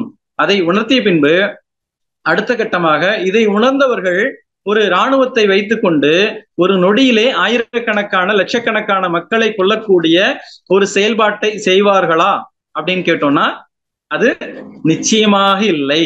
ஏன்னா இன்னைக்கு நம்ம குழந்தைகளை அறிவில் உயர்ந்த குழந்தைகளாக, அறம் சார்ந்த குழந்தைகளாக, நம்ம வாழ்க்கையில தெளிவிருக்கக்கூடிய ஒரு குழந்தைகளாக மாற்றிவிட்டோம் அப்படின்னு சொல்லி சொன்னோம்னா ஒரு பட்டனை அழுத்தி நம்ம ஒரு நாட்டையே லட்சக்கணக்கான மனிதர்களை, கோடிக்கணக்கான மனிதர்களை, ஆயிரக்கணக்கான மனிதர்களை நாம என்ன செய்திடுறோம்? வாழ்க்கை இல்லாம அவங்களுடைய இன்னும் சொல்ல போனா கொலை அப்படின்ற ஒரு நேரடியான ஒரு விஷயத்த நாம செய்யறோம். அப்ப அதை செய்யறவங்களுக்கு செயல் விளைவு இருக்குமா இருக்காதா? அதை இருக்கும் அப்படின்னு சொல்லி சொன்னோம்னா எந்த நாட்டினுடைய தலைவர் செய்யறாரோ அந்த நாட்டினுடைய வருமானம், அதாவது மக்களுடைய வரிப்பணத்துல இருந்துதான் அவங்களுக்கு நமக்கு அந்த இதுக்கு போகுது. யாருக்கு? மக்களுடைய வரிப்பணத்துல இருந்துதான் அரசாங்கத்துக்கான செலவீடுகள் போகுது. அப்ப அந்த நாட்டினுடைய தலைவர் வந்து ஒரு தவறு செய்யறாரு அப்படின்னா அதனுடைய விளைவு என்பது அந்த நாட்டு மக்கள் அனைவருக்கும் நிச்சயமாக வரும் அப்படின்றத நாம உணரணும். எந்த நாட்டு யாரோ ஒரு நாடு, ஏதோ ஒரு நாடு, எங்கேயோ ஒரு நாட்டுல இருந்து போர் புரியுறாங்க அப்படின்னா நாம என்ன செய்யறோம் அப்படின்னு சொல்லி கேட்டோம்னா ஒவ்வொரு நாடும் நம்முடைய இந்த ஐக்கிய நாடுகள் சபைன்னு சொல்லக்கூடிய யுஎன்ஓ, யுனைடெட் நேஷன் ஆர்கனைசேஷனுக்கு ஒவ்வொரு நாட்டுல இருந்தும் ஒரு பங்கீடு, கான்ட்ரிபியூஷன் அப்படின்னு சொல்லக்கூடியது அந்த செலவினங்களுக்காக போகுது. அப்ப இந்த ஒவ்வொரு நாட்டிலையும் அந்த செலவினத்துக்கான பணத்தை வாங்கிட்டு நாம் அந்த வேலைய முறையாக அந்த ஐக்கிய நாடுகள் சபை அப்படின்ற ஒரு அமைப்பு செய்யல அப்படின்னா நிச்சயமாக அங்கேயும் என்ன ஆயிரும்? ஒரு செயல் விளைவு அப்படின்ற ஒரு விஷயம் அவங்களுக்கும் அது தெரியும். அப்ப என்னன்னா இந்த உலகில் உள்ள பொறுப்புடைய தலைவர் எல்லாம் உயிரறிவை உள்ளுணர்வாய் பெறுதல் வேண்டும் சொல்லக்கூடியது என்னன்னா, எல்லா உயிர்களும் உயிர்கள் தான். அப்ப அந்த உயிர்கள் வாழ்வதற்கான உரிமை என்பது உண்டு. அதை கொடுத்தது இயற்கை. அந்த உயிரை அழிப்பதற்கு நமக்கு உரிமை இல்லை அப்படின்ற ஒரு விஷயத்த உணர்வதற்கு இந்த உலக சமாதானம் அப்படின்ற விஷயத்த அனைவரும் உணரணும். அப்ப இந்த விஷயத்த சொல்றதுக்கு நம்ம சொன்ன மாதிரி என்ன சொல்றாங்கன்னா, 64வது கவியில உலக சமாதான சங்கம் வேண்டும், நலம் பலவும் வாழ்வில் அளித்து இன்பம் ஊட்டி நல்ல முறையில் அமைதி காட்டும் இந்த உலக சமாதானத்தில் ஆர்வமுள்ள உயர்ந்த அறிவாளிகள் சேர்ந்து ஒருமித்து எங்கும் நில உலக பொது சங்கம் நிறுவி மக்கள் நினைவினிலே இத்திட்டம் பதிய செய்ய பல தேசத்தும் கிளைகளை பரப்பி பகுத்தறியும் ஆர்வத்தை ஊட்ட வேண்டும். இந்த உலக சமுதாய சேவா சங்கத்தினுடைய அடிப்படை நோக்கமே இதுதான். உலக சமுதாய சேவா சங்கத்தினுடைய அடிப்படை நோக்கம் நலம் பலவும் வாழ்வில் அளித்து இன்பம் மூட்டி நல்ல முறையில் அமைதி காட்டும் இந்த உலக சமாதானத்தில் ஆர்வமுள்ள உயர்ந்த அறிவாளிகள் சேர்ந்து ஒருமித்து எங்கும் நில உலக பொது சங்கம் நிறுவி, இது நில உலக பொது சங்கம், மக்கள் நினைவில் இந்த திட்டம் பதிய செய்ய பல தேசத்தும் கிளைகளை பரப்பி பகுத்தறியும் ஆர்வத்தை ஊட்ட வேண்டும். மனிதர் வாழ்வில் எல்லாவித நன்மைகளையும் தந்து அமைதி அளிக்கும் இந்த திட்டத்தில் அக்கறையும் ஆர்வமும் உள்ள உலக அறிவாளிகள் சேர்ந்து உலகமெங்கிலும் எல்லா தேசங்களிலும் நகரங்களிலும் உலக சமாதான பொது சங்கங்களை ஏற்படுத்தி மக்களை ஒன்று கூட்டி தொன்று தொட்டு இன்று வரை மனிதர் வாழ்வின் சரித்திரமும் இக்கால வாழ்வில் நிகழ்ந்து வரும் அறிவின் மயக்க போட்டிகளின் காரண காரிய விளைவுகளையும் நன்றாய் அறிந்து அவை அனைத்தையும் சரிப்படுத்த தகுந்த இந்த திட்டத்தின் நன்மைகளையும் எல்லா மக்களுக்கும் விளக்கி காட்ட வேண்டும். எல்லோரையும் சிந்திக்க வைக்க பகுத்தறியும் ஆர்வத்தை ஊட்ட வேண்டும். இம்மகா பெரிய திட்டத்தை எப்படி அமலுக்கு கொண்டு வர முடியும் என்று பலர் மலைக்க கூடும். இது சாத்தியம் இல்லை அப்படின்னு சொல்லி மலைப்பாங்க அப்படின்னு சொல்லி சொல்றாங்க. அவர்களுக்கு இங்கு சில வழிகளை கூறுகிறேன். எதிர்கால அரசியலில் பங்கு கொள்வதற்காக தேர்தலில் நிற்கும் அரசியல்வாதிகள் இந்த திட்டத்தை ஆதரிப்பதாகவும் அமுலுக்கு கொண்டு வருவதாகவும் ஒத்துழைப்பதாகவும் வாக்குறுதி கொடுத்து மனித இன வாழ்க்கையை உரிமையையும் இந்த திட்டத்தின் விளைவுகளையும் மக்களுக்கு எடுத்துக்காட்டி பிரச்சாரம் செய்து வர வேண்டும். அவ்வாறு செய்து வந்தால் பெரும்பாலான மக்களுக்கு இந்த திட்டம் பொதுவாக எல்லாவித நன்மைகளையும் தரும் என்ற மன உறுதி ஏற்பட்டு இந்த உலக சமாதான திட்ட அரசியலை விரும்பி அதற்கு தகுந்த பிரதிநிதிகளை தேர்ந்தெடுத்து அரசியல் மன்றங்களுக்கு அனுப்புவார்கள். அடிப்படையில இன்னைக்கு இருக்கக்கூடிய இந்த மக்கள் அப்படின்னு சொல்லக்கூடியவங்க தேர்ந்தெடுத்து இது ஜனநாயக ஆட்சி முறையாக நம்ம செயல்பட்டு கொண்டிருக்கிறோம். மக்கள் தேர்ந்தெடுக்கக்கூடிய ஆட்சியாளர்கள் அவங்க தவறு செய்பவர்களாக இருந்தாலும் அவர்களை ஏற்றுக்கொண்டு அவர்கள் அந்த நேரத்திலே கொடுக்கக்கூடிய பணத்தை பெற்றுக்கொண்டு அவர்களுக்கு தங்களுடைய வாக்கை விற்கக்கூடிய ஒரு சூழல் தான் இன்னைக்கு சமுதாயத்துல இருக்கு அப்படின்றது எதார்த்தம். இந்த சூழல் மாறி இந்த உலக சமாதானத்தை பற்றி பரப்புரை முழுமையாக மக்களுக்கு போய் சேரணும். இந்த உலக சமாதானம் பற்றிய திட்டங்களை பற்றி முதல்ல மக்களுக்கு இந்த திட்டம் முழுமையாக போய் சேரணும். அத சேர்ந்ததுக்கு அப்புறம் அந்த திட்டத்தை நடைமுறைப்படுத்துவேன் அப்படின்னு சொல்லக்கூடிய அரசியல்வாதிகள் அந்த அரசியல்வாதிகளை தேர்ந்தெடுக்கணும்னு சொல்றாங்க.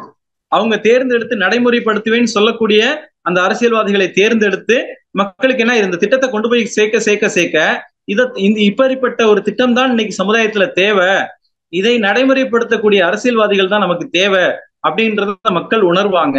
உணர்ந்து நல்ல ஆரோக்கியமான அறிவில் உயர்ந்த அரசியல் தலைவர்களை மக்கள் பொது நல நோக்குள்ள அரசியல் தலைவர்களை தேர்ந்தெடுப்பார்கள் அப்படின்னு சொல்லி சொல்றாங்க.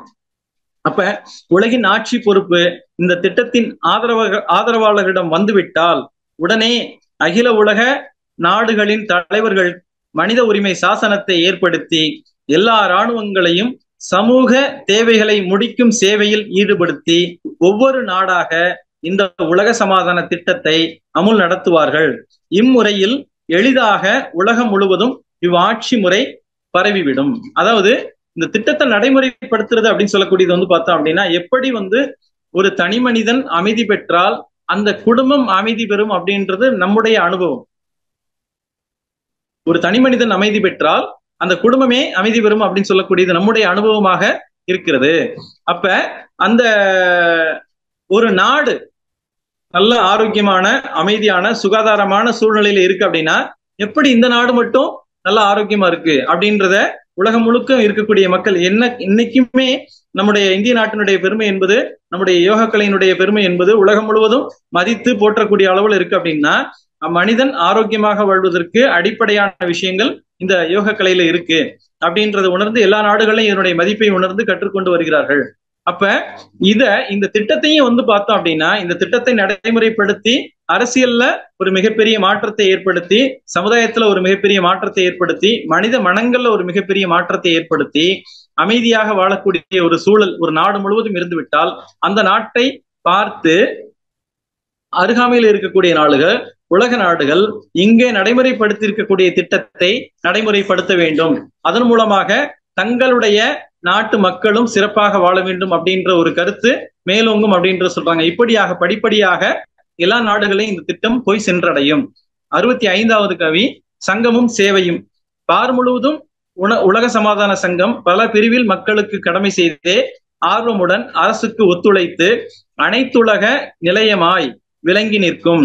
நேர்மையுள்ள பொறியியலார், மருத்துவோர்கள், நினைவறிந்தோர், விஞ்ஞானி இவர்கள் சேவை ஊர்தோறும் ஒவ்வொருவருக்கும் கிட்ட உதவுவதோடு அறிவுக்கு விழிப்பும் ஊட்டும். இந்த அமைப்புல இருக்கக்கூடியவங்க யாரு அப்படின்னு சொல்லி கேட்டோம் அப்படின்னா பொறியியலார், இன்ஜினியர்ஸ் சொல்லி சொல்றாங்க, டாக்டர்ஸ், சரிங்களா. நினைவறிந்தோர், அதாவது நினைவுன்னா எண்ணம் கருத்துன்னு சொல்லக்கூடியது, சைக்காலஜிஸ்ட், அதாவது உளவியல் அறிஞர்கள் அப்படின்னு சொல்லலாம், சரிங்களா. விஞ்ஞானி, சயின்டிஸ்ட், இவங்களுடைய சேவை என்ன செய்யணும்னா எல்லா ஊர்களுக்கும் போய் சென்றடைய வேண்டும் அப்படின்னு சொல்றாங்க. அப்படி செல்லும் போது ஒவ்வொரு ஊர்ல இருக்கக்கூடியவருக்கும் அவங்களுக்கு ஹெல்ப் பண்றதோடு அறிவுக்கு விழிப்பும் ஊட்டணும் சொல்றாங்க. என்னன்னா அறிவின் மயக்கம்தான் வாழ்வில் குழப்பம். அறிவின் மயக்கம்தான் வாழ்வின் குழப்பம். அறிவு என்பது என்னன்னு சொல்லி கேட்டீங்கன்னா என்னை படைத்த இறைநிலை எல்லாருக்குள்ளயும் இருக்கு, எல்லாவற்றுக்குள்ளயும் இருக்கு, எனக்குள்ளயும் இருக்கு, என்னுடைய எதிரிக்குள்ளயும் இருக்கு அப்படின்றத உணர்ந்துட்டோம் அப்படின்னா யாரையுமே எதிரியாக நம்ம பார்க்க வேண்டிய சூழல் நமக்கு இருக்காது, சரிங்களா. அப்படி இல்லை அப்படின்னா நம்ம அதான் அறிவின் விழிப்பு நிலைன்னு சொல்லுவோம். என்னை படைத்த இறைவன் எனக்குள்ளாக தன்மாற்றமாகி வந்திருக்கக்கூடிய இறைத்தன்மை எனக்குள்ளாகவும் இருக்கு, எல்லாவற்றுக்குள்ளாகவும் இருக்கு, எல்லா உயிர்களுக்குள்ளாகவும் இருக்கு அப்படின்றத உணர்ந்து கொண்டோமானால், அந்த உணர்வினிலேயே நம்முடைய வாழ்க்கையை நடத்தி வந்தோமானால் அதுதான் அறிவில் விழிப்பு நிலை. அப்பேற்பட்ட நிலையில் நாம் இருக்கும் பொழுது எந்த ஒரு உயிருக்கும் துன்பம் தரக்கூடிய ஒரு தன்மை என்பது நம்மிடம் இயங்காது, இருக்காது அப்படின்னு சொல்லி நம்ம சொல்லலாம். சோ இந்த உலக சமாதான சங்கம் பல பிரிவில் மக்கள் வாழ்வில் கடமையை செய்து வரும். இத்துடன் எல்லா தேச அரசாங்கங்களுக்கு எப்பொழுதும் ஒத்துழைக்கும். இது அகில உலக ஸ்தாபனமாகவும் விளங்கும். திறமையும் நேர்மையும் உடைய மருத்துவர்கள், அறிஞர்கள், விஞ்ஞானிகள், இயந்திர நிபுணர்கள், அறிவறிந்த ஞானிகள் இவர்களின் சேவைகளை ஒவ்வொருவருக்கும் ஒவ்வொரு ஊருக்கும் கூட்டு முறையில் சிக்கன முறையில் கிடைக்க செய்ய எல்லா வகைகளிலும் ஒத்துழைக்கும் மக்களுக்கு ஆராய்ச்சி மனப்பான்மையை வளர்க்கும். என்ன சொல்றாங்கன்னா கூட்டுறவு முறை, இதைத்தான் என்ன சொல்றோம்னா மகிழ்ச்சி அவங்க அந்த கம்யூன் லைஃப் சொல்லக்கூடியது. நம்ம கூட்டுறவு முறையில இருக்கணும், அது சிக்கனமான முறையாகவும் இருக்கணும் அப்படின்றாங்க.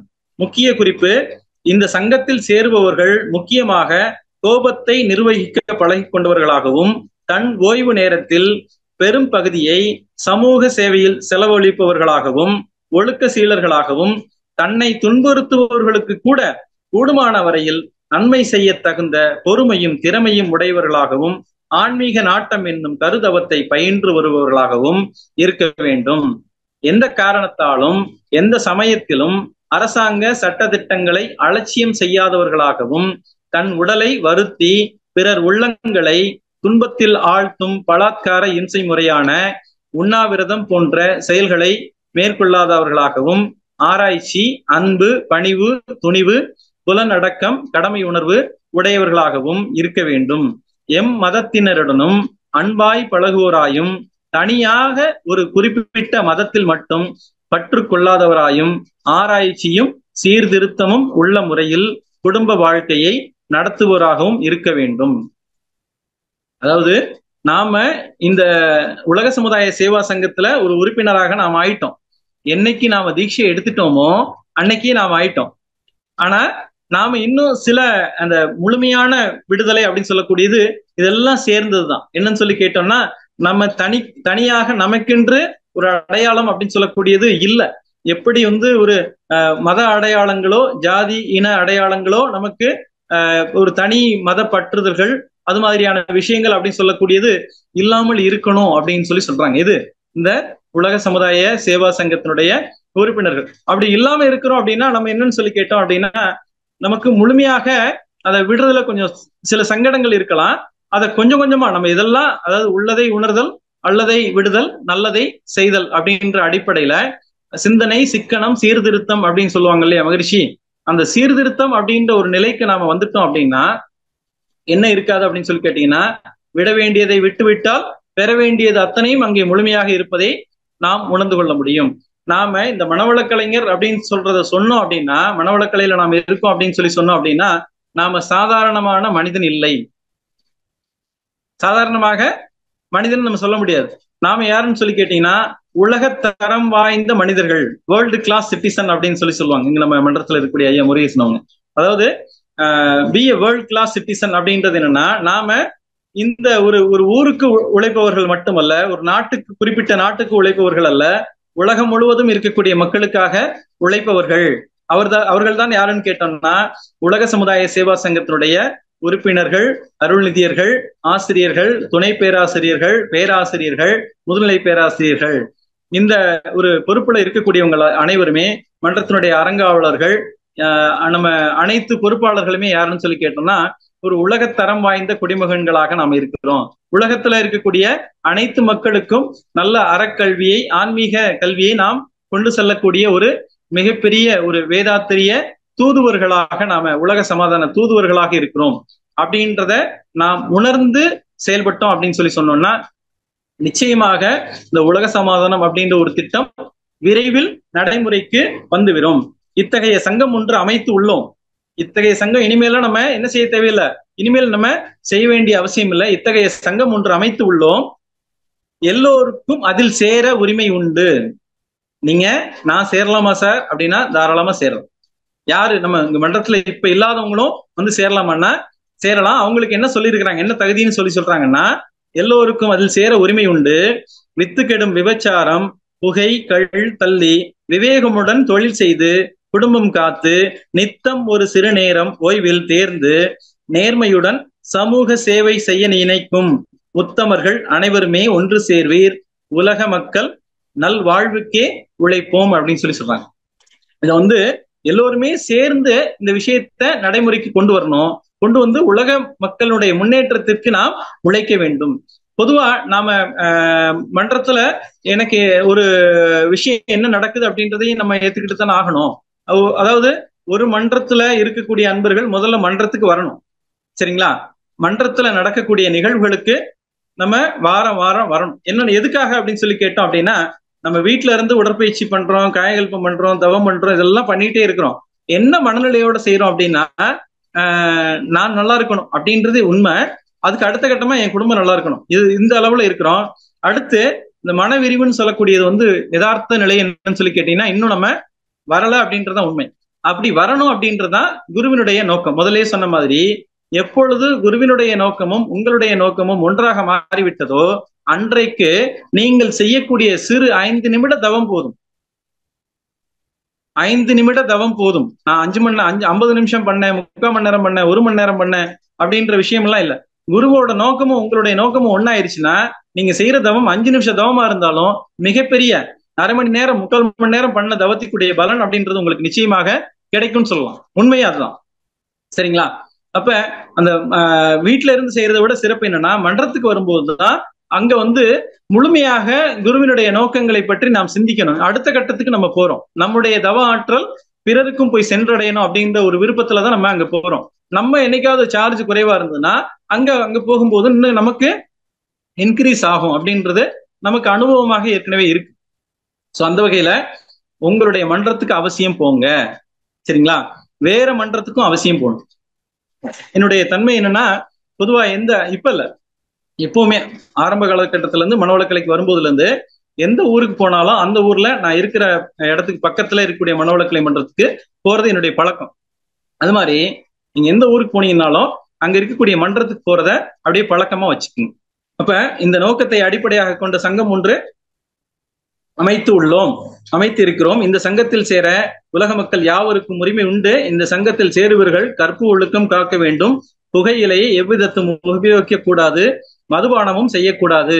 அவர்கள் இருக்கும் இடத்திலேயே அவர்கள் செய்து வரும் சமூக விரதம் இல்லாத தொழில்களை செய்து கொண்டே குடும்பத்தின் கடமைகளை செய்து பணி ஓய்வு நேரத்தில் சிறிதளவு ஒதுக்கி அதை உலக சமாதான பணிக்காக செலவிடக்கூடிய உத்தமர்களாக இருக்க வேண்டும்.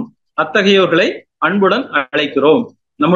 நீங்கள் அமைதியாக வாழ வேண்டும் என்றால், நீங்கள் எவ்வளவு பெரிய கோடீஸ்வரராக இருந்தாலும் சரி, எவ்வளவு பெரிய லட்சாதிபதியாக இருந்தாலும் சரி, நீங்களும் உங்க குடும்பமும் உங்களுடைய குழந்தைகளும் அமைதியா பாதுகாப்பா வாழணும் அப்படின்னா இந்த உலக மக்கள் அனைவரும் அமைதியா பாதுகாப்பா வாழ்ந்தா மட்டும்தான் அது முடியும் அப்படின்ற விஷயத்த நம்ம மனசுல ஆழமா பதிய வச்சுப்போம்.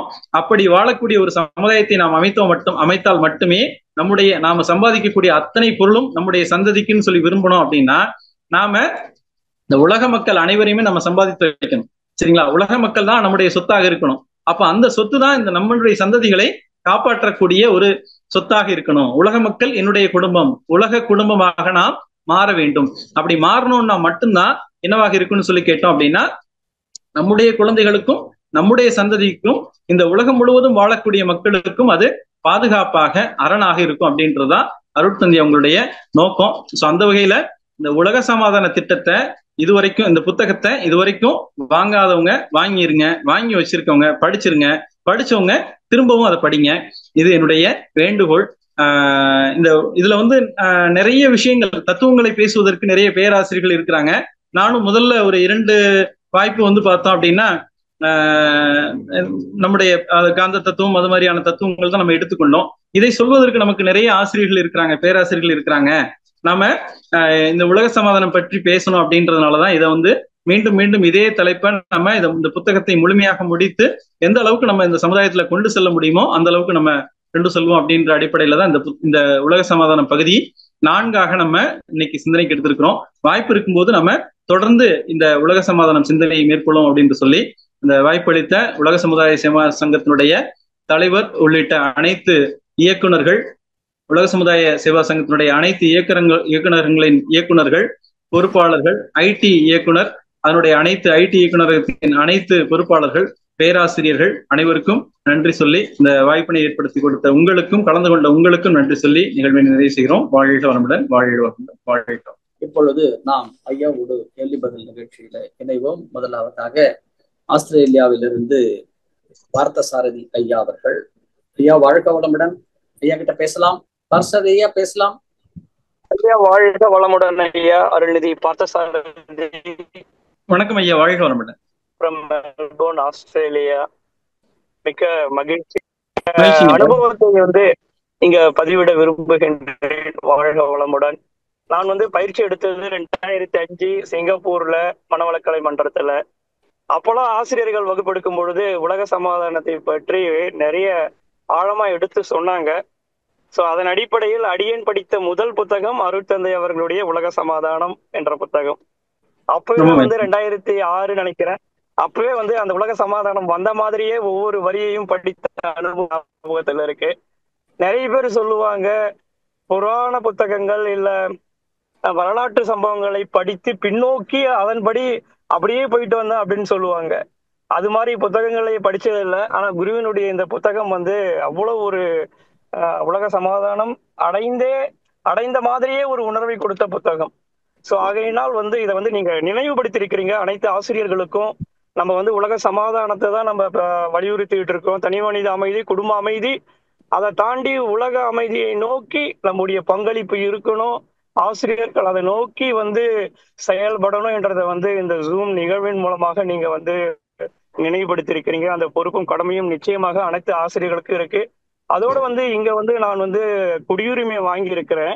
இந்த ஊர்ல குடியுரிமை வாங்கும் பொழுது கட்டாயம் கிடையாது. மறைநூட்களையும் ஹோலி புக்ஸையும் எடுத்துட்டு போவாங்க ஒரு உறுதிமொழி சொல்றதுக்கு. அப்ப அடியேன் எடுத்துட்டுன்ற புத்தகம் உலக சமாதானம். ஆகையினால் நிச்சயமாக அருட்குருவினுடைய உலக சமாதானம் வந்தே தீரும். வாழ்க வளமுடன். மிக்க நன்றி ஐயா. வாழ்க வளமுடன். நன்றி நன்றி நன்றி. வாழ்க வளமுடன் பார்சத் ஐயா. நன்றி. அடுத்ததாக மதுரையிலிருந்து கிருபாநிதி அம்மா அவர்கள், வாழ்க வளமுடன். ஐயா கிட்ட பேசலாங்க. ஐயா வாழ்க வளமுடன். ஐயா ஐயா வாழ்க வளமுடன். இப்ப நீங்க 45 நிமிஷம் பேசுனத ஐயா ஒரு 5 நிமிஷத்துல ஒரு செகண்ட்ல சொன்னாரு. அவர் பேர் தெரியல, பார்த்தசாரதி ஐயா. அப்படியே அதை கடைபிடிச்சது மாதிரி ஏதோ 1000 பேர் அவர் உங்க பின்னாடி வந்தது மாதிரி இருக்கு. அது ரொம்ப கேட்கையில ரொம்ப இனிமையாவும் சந்தோஷமாவும் இருந்துச்சு அந்த ஐயா பேசையில. ரொம்ப நன்றி ஐயா, வாழ்க வளமுடன். ஐயா இப்ப நீங்க அப்ப ஐயா சொன்னது மாதிரி தனி மனித அமைதி, குடும்ப அமைதி, உலக அமைதி, நாட்டு அமைதி அழகா சொன்னீங்க. இப்ப ஒன்னொன்ன பத்தி நம்ம சிந்திக்கையிலையும் இப்ப ராணுவத்தை பத்தி சொன்னீங்க. கண்டிப்பா ஒரு நாளைக்கு இந்த ராணுவமும் போவோம், நம்ம எல்லாரும் ஒன்னா வந்துருவோம் அப்படிங்கிற நம்பிக்கை கூட இருக்கு ஐயா. ஆனா இந்த குழந்தை வளர்ப்பை பத்தி சொல்லையில ஒவ்வொரு குழந்தையும் ஒரு கர்மயத்தோட வருது, 3 சஞ்சீதங்களை கர்மாவை தூக்கிட்டு வருது. ஒரு குடும்பத்துல பிறந்ததுல இருந்து சொத்து பிரிக்கிற வரைக்கும் சண்டை போடுதுங்க. வீட்டுல இருந்துகிட்டு, நம்ம வீட்டுல இருந்துகிட்டே இந்த வேலை பார்க்குதுங்களே. நாட்டுல இருக்க குழந்தை பூரா எப்ப சேர்றது அப்படிங்கிற கேள்விக்குறி எனக்கு அப்பப்போ வரும். புக்கை நானும் வச்சிருக்கேன், பாக்கையிலாம் வரும். எல்லாத்துலயும் சேர்ந்தாலும் இந்த குழந்தை விஷயத்துல எப்படி சேர போறாங்க அப்படிங்கிற ஒரு கேள்வி வறுமையா எப்படின்னு தெரியல.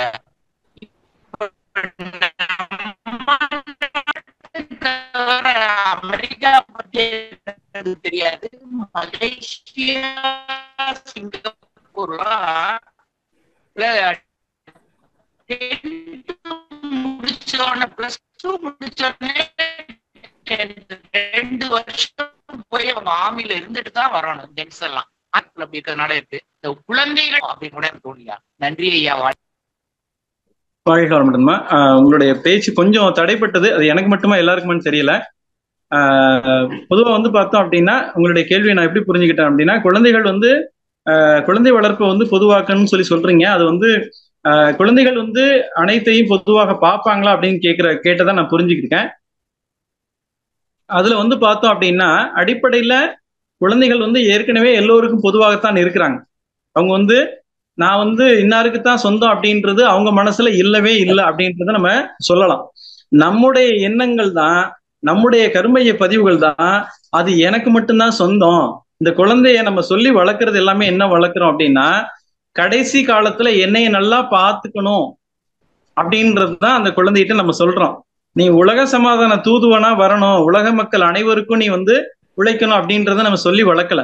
அந்த குழந்தைகிட்ட நம்ம இந்த ஆகாமிய கர்மான்னு சொல்லக்கூடிய நம்முடைய ஆசைகளை, நம்முடைய ஆன்ம இச்சைகளை அந்த குழந்தைகிட்ட என்ன சொல்லி வளர்க்குறோம்னா, நீ என்னையே நல்லா பார்த்துக்கணும், என் பிள்ளை, என்னுடைய குழந்தை, அதாவது பேர பிள்ளைகளா இருந்தா என்னையும் பார்த்துக்கணும், என் பிள்ளைகளையும் பார்த்துக்கணும், மகன் மகளா இருந்தா என்னையும் பார்த்துக்கணும் அப்படின்னு சொல்லிட்டு நம்ம அந்த குழந்தைகிட்ட ஆசைகளை வளர்க்கறது, பற்றுக்களை வளர்க்கிறது, இச்சைகளை வளர்க்கிறது, விருப்பங்களை வளர்க்கிறது எல்லாமே நம்முடைய கர்ம வினைகளை தான் அதுக்கு நம்ம ஊட்டிடுறோம். அதனாலதான் மகிழ்ச்சி அவங்க சொல்றாங்க குழந்தைகளே பொது வளர்ப்பா இருக்கணும். அதுவும் நம்ம எவ்வளவு நேரத்துல ஆரம்பிட்டு குழந்தைகிட்ட ஊட்டுறோம் தெரியுமா? குழந்தை ஒரு பெற்றோரிடம் முழுமையாக இருக்கிறது முதல் 3 ஆண்டுகள் தான் அன்னைக்கு. சரிங்களா? அதனாலதான் அந்த புதிய கல்விக் கொள்கையில 6 வயதுக்கு மேலதான் பள்ளிக்கூடத்துல சேர்க்கணும் அப்படின்ற மாதிரி ஒரு திட்டங்கள்லாம் சொல்லியிருக்கிறாங்க. அது மாதிரி பார்த்தோம் அப்படின்னா 3 வயசுக்குள்ள நம்ம குழந்தைகள் நம்மகிட்ட இருக்கணும். 3 வருஷம் இருக்கு. அடுத்து பள்ளிக்கூடத்துக்கு போனதுக்கு அப்புறம் பாத்தீங்க அப்படின்னா, நீங்க பிசிக்கலா உங்களுடைய கான்சியஸோட நீங்க எவ்வளவு நேரம் குழந்தைகளோட ஸ்பெண்ட் பண்றீங்கன்னு பாத்தீங்கன்னா, காலையில எந்திரிச்சு ஒரு 1/2 மணி நேரமோ 1 மணி நேரமோ குழந்தை உங்க கூட இருந்து பள்ளிக்கூடத்துக்கு கிளம்பி போற நேரம். மறுபடியும் சாயந்தரம் ஒரு 1 மணி நேரமோ 2 மணி நேரமோ, ஏன்னா டியூஷன் அங்க எங்கன்னு போயிட்டு வந்துடுறாங்க இல்லைங்களா? ஏதாவது ஒரு ஸ்போர்ட்ஸ் அகாடமி, அது மாதிரி ஏதாவது ஒரு அகாடமியில நம்ம சேர்த்து விட்டுறோம். ரைட்டிங் அந்த மாதிரி ஏதாவது ஒரு விஷயத்துல நம்ம சேர்த்து விட்டுறோம். அப்போ பார்த்தோம்னா மாலையில ஒரு 2 மணி நேரம், காலையில 1 மணி நேரம், இந்த 3 மணி நேரம் மட்டும்தான் நம்ம கிட்ட பாத்தீங்கன்னா பிசிக்கல் பிரசன்ஸ் அப்படின்னு சொல்லக்கூடியது நமக்கும் அந்த குழந்தைங்களுக்கும் இருக்கக்கூடிய அட்டாச்மெண்டா இருக்கு இன்னைக்கு உள்ள சூழ்நிலையில. இந்த 3 மணி நேரமும் எவ்வளவு நாள் இருக்கு அப்படின்னு சொல்லி கேட்டோம் அப்படின்னா, அவங்க 12 ஆண்டுகள் பள்ளிக்கூடத்துல படிக்கிறது, அதிகபட்சம் வேணா இந்த கிண்டர் கார்டன் சேர்த்துக்கிட்டோம்னா ஒரு 15 ஆண்டுகள் அந்த குழந்தை பெற்றோரிடம் செலவழியுது. அதுவும் எவ்வளவு நேரம்னா 3 மணி நேரம் தான். அந்த 15 ஆண்டுகள் கழித்து திருமணமான உடனே பெண் குழந்தையா இருந்தா அவங்க வீட்டுக்கு போயிருது. சரிங்களா? ஆண் குழந்தையாக இருந்தாலுமே இன்னைக்கு வேலை வாய்ப்பு சூழல் காரணமாக அவங்க குடும்பத்தோடு இருக்க முடியாத ஒரு சூழல், அதுலயுமே வெளியூர் வெளிநாடு அப்படித்தான் இன்னைக்கு பெரும்பான்மையான குழந்தைகள் இருக்கிறாங்க. அப்ப இந்த 15 ஆண்டுகள்ல ஒரு நாளைக்கு 3 மணி நேரம் தான் உங்க கூட இருக்கிறது பிசிக்கல் பிரசன்ஸ். அந்த 3 மணி நேரம் அப்படின்னு எடுத்து பார்த்தோம் அப்படின்னா அதுல நம்ம ஒரு நாளைக்கு 3 மணி நேரம் தான் நம்ம கூட இருக்கிறாங்க. அதிகபட்சம் 15 ஆண்டுகள். அதை இன்னும் நாளா கணக்கு பார்த்தோம் அப்படின்னா ரொம்பவே என்ன ஆயிரும், சுருங்கிரும். கிட்டத்தட்ட பார்த்தோம் அப்படின்னா ஒரு 2 ஆண்டுகள் அப்படின்ற அளவுக்கு தான் நம்ம உண்மையிலேயே நம்ம குழந்தை நம்ம கூட இருக்கக்கூடிய காலம். அதுக்கு மீதி உள்ள காலம் பூரா என்னவா இருக்குன்னா நம்ம மைண்ட் தான் அந்த குழந்தையோட அட்டாச் ஆகிக்கிட்டே இருக்கு. நம்ம குழந்தையோட எது இணைஞ்சே இருக்குன்னு சொல்லி கேட்டீங்கன்னா மனம் மட்டும்தான் இருக்கு. குழந்தை பள்ளிக்கூடத்துக்கு போயிடுச்சு, சாப்பிட்டுச்சான்னு தெரியல, படிச்சுச்சான்னு தெரியல. நம்ம எங்கேயாவது வெளியூர் போயிருந்தோம்னா அந்த போய் சுத்தி பாக்குறது கூட ஒழுங்கா பாக்குறது இல்ல. என் குழந்தை சாப்பிட்டுச்சான்னு தெரியல, தூங்குச்சான்னு தெரியல, படிச்சுச்சான்னு தெரியல, இப்படின்னு சொல்லிட்டு அந்த அட்டாச்மெண்ட்லயே தான் நம்ம இருந்துட்டு இருக்கிறோம். விஷயம் என்னன்னா பிராக்டிக்கலா நம்ம எதை கொடுக்கணும்னு சொல்லி கேட்டோம் அப்படின்னா குழந்தையை பொறுத்த வரைக்கும் அது இறைத்தன்மையுடையது. அதுக்குள்ளேயே இறைத்தன்மை இருக்கு, அதை சிறப்பா வழி நடத்தும். இந்த விஷயத்த நம்ம புரிஞ்சுக்கிட்டோம்னா என்னைய விட, ஏன்னா நீங்க இது வரைக்கும் வளர்த்தது, குழந்தைய வளர்த்தது நம்ம இல்ல, சரிங்களா? இந்த குழந்தைய வளர்த்தது முழுக்க முழுக்க யாருன்னு சொல்லி கேட்டீங்கன்னா இந்த சமுதாயம் தான். சமுதாயம் தான் அந்த குழந்தைக்கு கல்வி கொடுத்தது, சமுதாயம் தான் சட்டம் கொடுத்தது, சமுதாயம் தான் வீடு கட்டி கொடுத்துச்சு. நாம ஏதோ நம்மளுடைய பொருளாதாரத்துல மட்டும்தான் நடக்குதுன்னு நினைக்கிறோம். அது கிடையவே கிடையாது. ஏற்கனவே நடைமுறையில் இருக்கிறது சமுதாயம் தான் பண்ணிக்கிட்டு இருக்கு எல்லாத்தையும். சமுதாயம் தான் வீடு கொடுத்துருக்கு, சமுதாயம் தான் உடை கொடுத்துருக்கு, சமுதாயம் தான் கல்வி கொடுத்துருக்கு, சமுதாயம் தான் உணவு கொடுத்துருக்கு, சமுதாயம் தான் எல்லாமாகவும் இருக்கு, ஆசிரியராகவும் இருக்கு. அந்த குழந்தைக்கு நாம கற்றுக் கொடுத்து நம்ம கிட்ட இருந்து முழுமையாக கத்துக்கிட்டதை மட்டும் வச்சிருந்துச்சுன்னா அந்த குழந்தை வீட்டை விட்டு வெளியே போகாது, வெளியில போய் என்ன செய்யறதுன்னே அதுக்கு தெரியாது. அதனால இந்த ஏற்கனவே இருக்கிற அந்த மனசுல மட்டும் இருக்கக்கூடிய பற்றை மட்டும் கொஞ்சம் ஓரமா ஒதுக்கி வச்சுட்டு என் குழந்தை மட்டும்தான் குழந்தைன்னு இல்லாம எல்லா குழந்தையும் என் குழந்தைன்னு பார்த்துட்டோம்னா நமக்கு அந்த விட்டுட்டோன்ற எண்ணம் கூட இருக்காது. மகரிஷி என்ன சொல்றாங்க, உங்களுக்கு என்ன காலையில 1 மணி நேரம், சாயந்தரம் 1 மணி நேரம் குழந்தைய பாத்துக்கணும்ல, நேர பக்கத்துல ஒரு இருக்கக்கூடிய ஒரு 50 குழந்தைகள் புதுவுல வளர்க்கக்கூடிய ஒரு இடத்த உருவாக்கி அந்த இடத்துல போய் காலையில 1 மணி நேரம் ஸ்பெண்ட் பண்ணுங்க, சாயந்தரம் 1 மணி நேரம் ஸ்பெண்ட் பண்ணுங்க. ஒரு குழந்தை மட்டும் உங்க குழந்தையா பார்க்காதீங்க, எல்லா குழந்தைகளையும் உங்க குழந்தையா பாருங்க அப்படின்றாங்க. குழந்தைகளுக்கு உங்களுக்கும் தொடர்பே வேண்டாம்னு சொல்லல, எல்லா குழந்தைகளையும் உங்க குழந்தைகளாக பார்க்கணும் அப்படின்றத சொல்லியிருக்காங்க. வாழ்க வளமுடன். ரொம்ப சிறப்பியா சீக்கிரம் மகரிஷியுடைய எண்ணம் ஈடறணும். உங்களுடைய ஸ்பீச் கண்டிப்பா ரொம்ப நல்லா இருந்தது. வாழ்க வளமுடன் ஐயா. சௌந்தர்யா வாழ்க வளமுடன். வாழ்க வளமுடன். நன்றி அம்மா, வாழ்க வளமுடன். அடுத்ததாக அருள்நிதி சிவசக்தி வாழ்க வளமுடன். ஐயா கிட்ட பேசலாங்க. ஐயா வாழ்க வளமுடன். ஐயா வணக்கம். வாழ்க. உங்களோட சிந்தனைகள் ஒவ்வொன்றுமே ஐயா சிறப்பா இருந்துச்சு.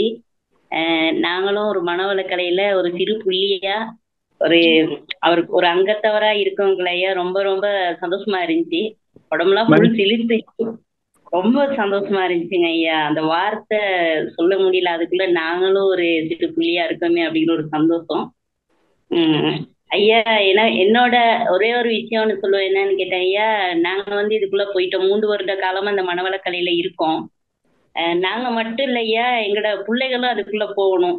வீட்டுக்கு ஒரு புள்ள மாதிரி வீட்டுல எத்தனை பிள்ளைகள் இருக்காங்களே அந்த பிள்ளைகளை நாங்க அந்த மனவளக்கலைக்கு அனுப்பணுங்க ஐயா. நம்ம பிள்ளைங்க போனீங்கன்னா சந்ததியனும் வருவாங்க தானே ஐயா. என்னோட நிச்சயமா நம்ம எண்ணம் வச்சாலே போதுங்கம்மா, எல்லாமே சிறப்பா நடக்கும். ஆழமான எண்ணம் வச்சுட்டீங்க. ஆமா ஐயா. நீங்க வேண்டாம்னு சொன்னாலும் அவங்க வந்துருவாங்க. நான் 3 வருடத்துக்கு முன்னுக்கு சொன்னேன் ஐயா, நீங்க போனீங்கன்னா உங்களுக்கு நல்ல விஷயங்கள் நடக்கும், நிறைய விஷயங்கள் அவரோட இதுகளை உணர்ந்து கொள்ளலாம் அப்படின்னு. அப்ப அவங்க அதுல இன்ட்ரெஸ்ட் இல்ல. எப்படிமா நாங்க போயிட்டு கண்ணை மூடிக்கிட்டு இருக்கிறது, எப்படி இருக்கிறதெல்லாம் சொன்னாங்க ஐயா. அப்ப நான் சொன்னேன், இல்ல நீங்க வருவீங்கன்னா நான் அருட்காப்பு போட்டீங்க அவங்க வரணும் அப்படின்ட்டு. ஆனா இன்னைக்கு எப்ப கூட்டிட்டு போவீங்கன்னு கேக்குறாங்க ஐயா. நீங்க வேண்டாம்னு சொன்னாலும் வந்துருவாங்க. ரொம்ப சந்தோஷம். என்ன ஐயா அவங்க இன்னைக்கு ரெடியா இருக்காங்க, அவரோட நிச்சயமா வருவாங்க. இந்த மௌனத்தை பத்தி கொஞ்சம் சொல்லுங்க ஐயா. மௌனத்தை பத்தி சொல்றது எப்படி? மௌனத்தின் பெருமைதனை வாயாலே எவருக்கு சொல்ல முடியும்னு சொல்லிட்டாங்க மகரிஷி. மௌனம் அப்படின்னு சொல்லக்கூடியது நாம மாதம் 1 நாள் இருக்கலாம், வாரத்துல அரை நாள் இருக்கலாம், தினசரி 1 மணி நேரம் இருக்கலாம். யாராவது எதிர்த்தாப்புல நின்று நமக்கு வேண்டாத வார்த்தைகளை, பிடிக்காத வார்த்தைகளை சொன்னாங்கன்னா அந்த நிமிஷம் மட்டும், அந்த க்ஷண பொழுது மட்டும் நம்ம மௌனமா இருந்தோம் அப்படின்னாலே இதெல்லாம் முடியாதவங்க. ஒரு நாள் இருக்க முடியாதவங்க, அரை நாள் இருக்க முடியாதவங்க, 1 மணி நேரம் இருக்க முடியாதவங்க, யாராவது நமக்கு முன்னாடி இருந்து எதிரில பிடிக்காத வார்த்தைகளை சொன்னாங்கன்னா அந்த சனப்பொழுது நம்ம மௌனமா இருந்துட்டோம்னாலே பெரிய பிரச்சனைகள் தவிர்க்கப்படும். முதல்ல இல்லற வாழ்க்கையில, சரிங்களா, இல்ல சமுதாய பணியில, இது அந்த சனப்பொழுது நம்ம மௌனமா இருக்க கத்துக்கணும். அடுத்து ஆன்மீக உயர்வுக்கு ஒரு மிகப்பெரிய படின்னு சொல்லலாம். நம்ம ஆன்மீக உயர்வு, அகத்தாய்வு, இறை உணர்வு அனுபவங்கள் அத்தனையுமே கிடைப்பதற்கு இந்த இறைவனுடைய மொழியை உணர்வதற்கான ஒரு பாதை அப்படின்றதும் சொல்லியிருக்கிறாங்க. வாழ்க வளமுடன். நன்றிங்க. வாழ்க வளமுடன். நன்றி ஐயா. அடுத்ததாக கவிதா கோவிந்தராஜன் அவர்கள் வாழ்க வளமுடன். ஐயா கிட்ட பேசலாங்க. வாழ்க வளமுடன் ஐயா. வாழ்க வளமுடன். வணக்கம். குழந்தைகளை பத்தி நல்லா சொன்னீங்க. ஆனா இப்போ இருக்கிற குழந்தைங்க யாரும் வெளியே கூட வந்து விளையாடுறது இல்லை, வெளியவும் யாரும் விடுறதும் கிடையாது.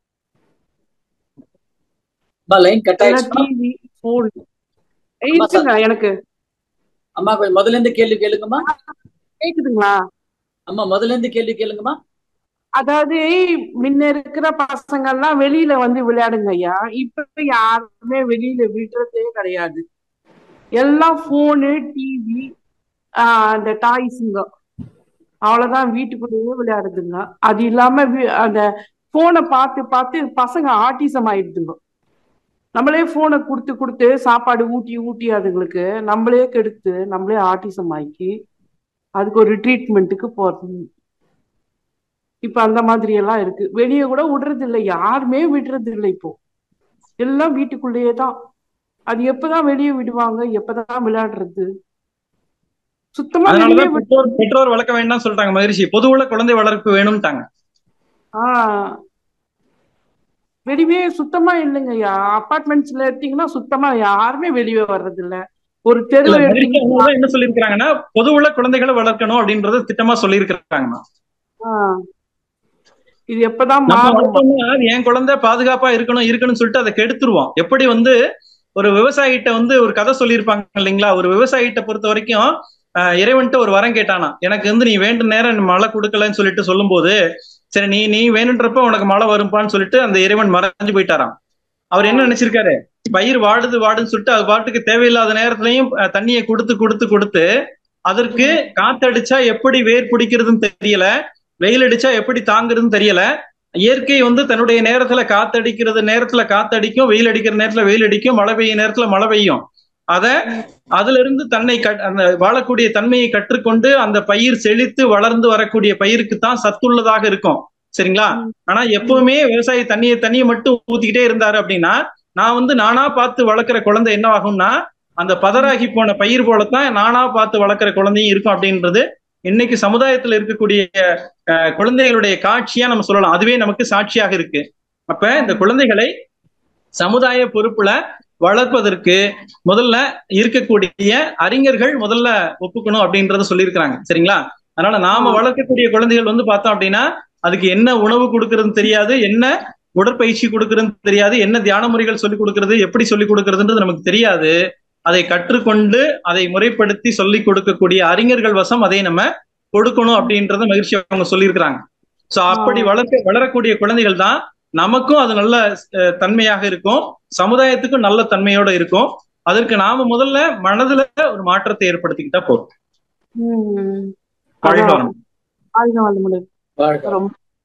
நன்றிமா. வாழ்க வளமுடன். அடுத்ததாக ஆர் ரஞ்சனி அவர்கள் வாழ்க வளமுடன். ஐயா கிட்ட பேசலாங்க.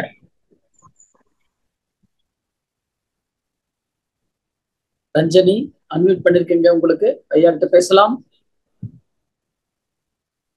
அடுத்ததாக அருள்நிதி சமுத்திரக்கனி அவர்கள் வாழ்க வளமுடன். ஐயா கிட்ட பேசலாங்க. ஐயா வணக்கம். வாழ்க வளமுடன் ஐயா. வாழ்க வளமுடன். வணக்கங்கம்மா. வாழ்க வளமுடன். ரஞ்சனி பேசுறேங்க ஐயா. வாழ்க வளமுடன். ரஞ்சனி சென்னையில இருந்து பேசுறேன் ஐயா. இப்போ இது ஒரு நடைமுறைக்கு ஒத்த ஒரு யதார்த்தமான ஒரு இதுக்குண்டான ஒரு உலக சமாதான திட்டத்தை ஒட்டி ஒரு கேள்வி. ஆக்சுவலா என்னன்னாங்க, ஒரு மூணு இது இருக்கு. அதாவது ஆக்சுவலா என்னன்னா, முன்னாடி தன்னையும் ஓரளவுக்கு அந்த காலத்து குழந்தை வளர்ப்பு தன்னையும் பார்த்துக்கிட்டாங்க, சுற்றம், குடும்பம், ஊர் வரைக்கும் நல்லா இருந்தது.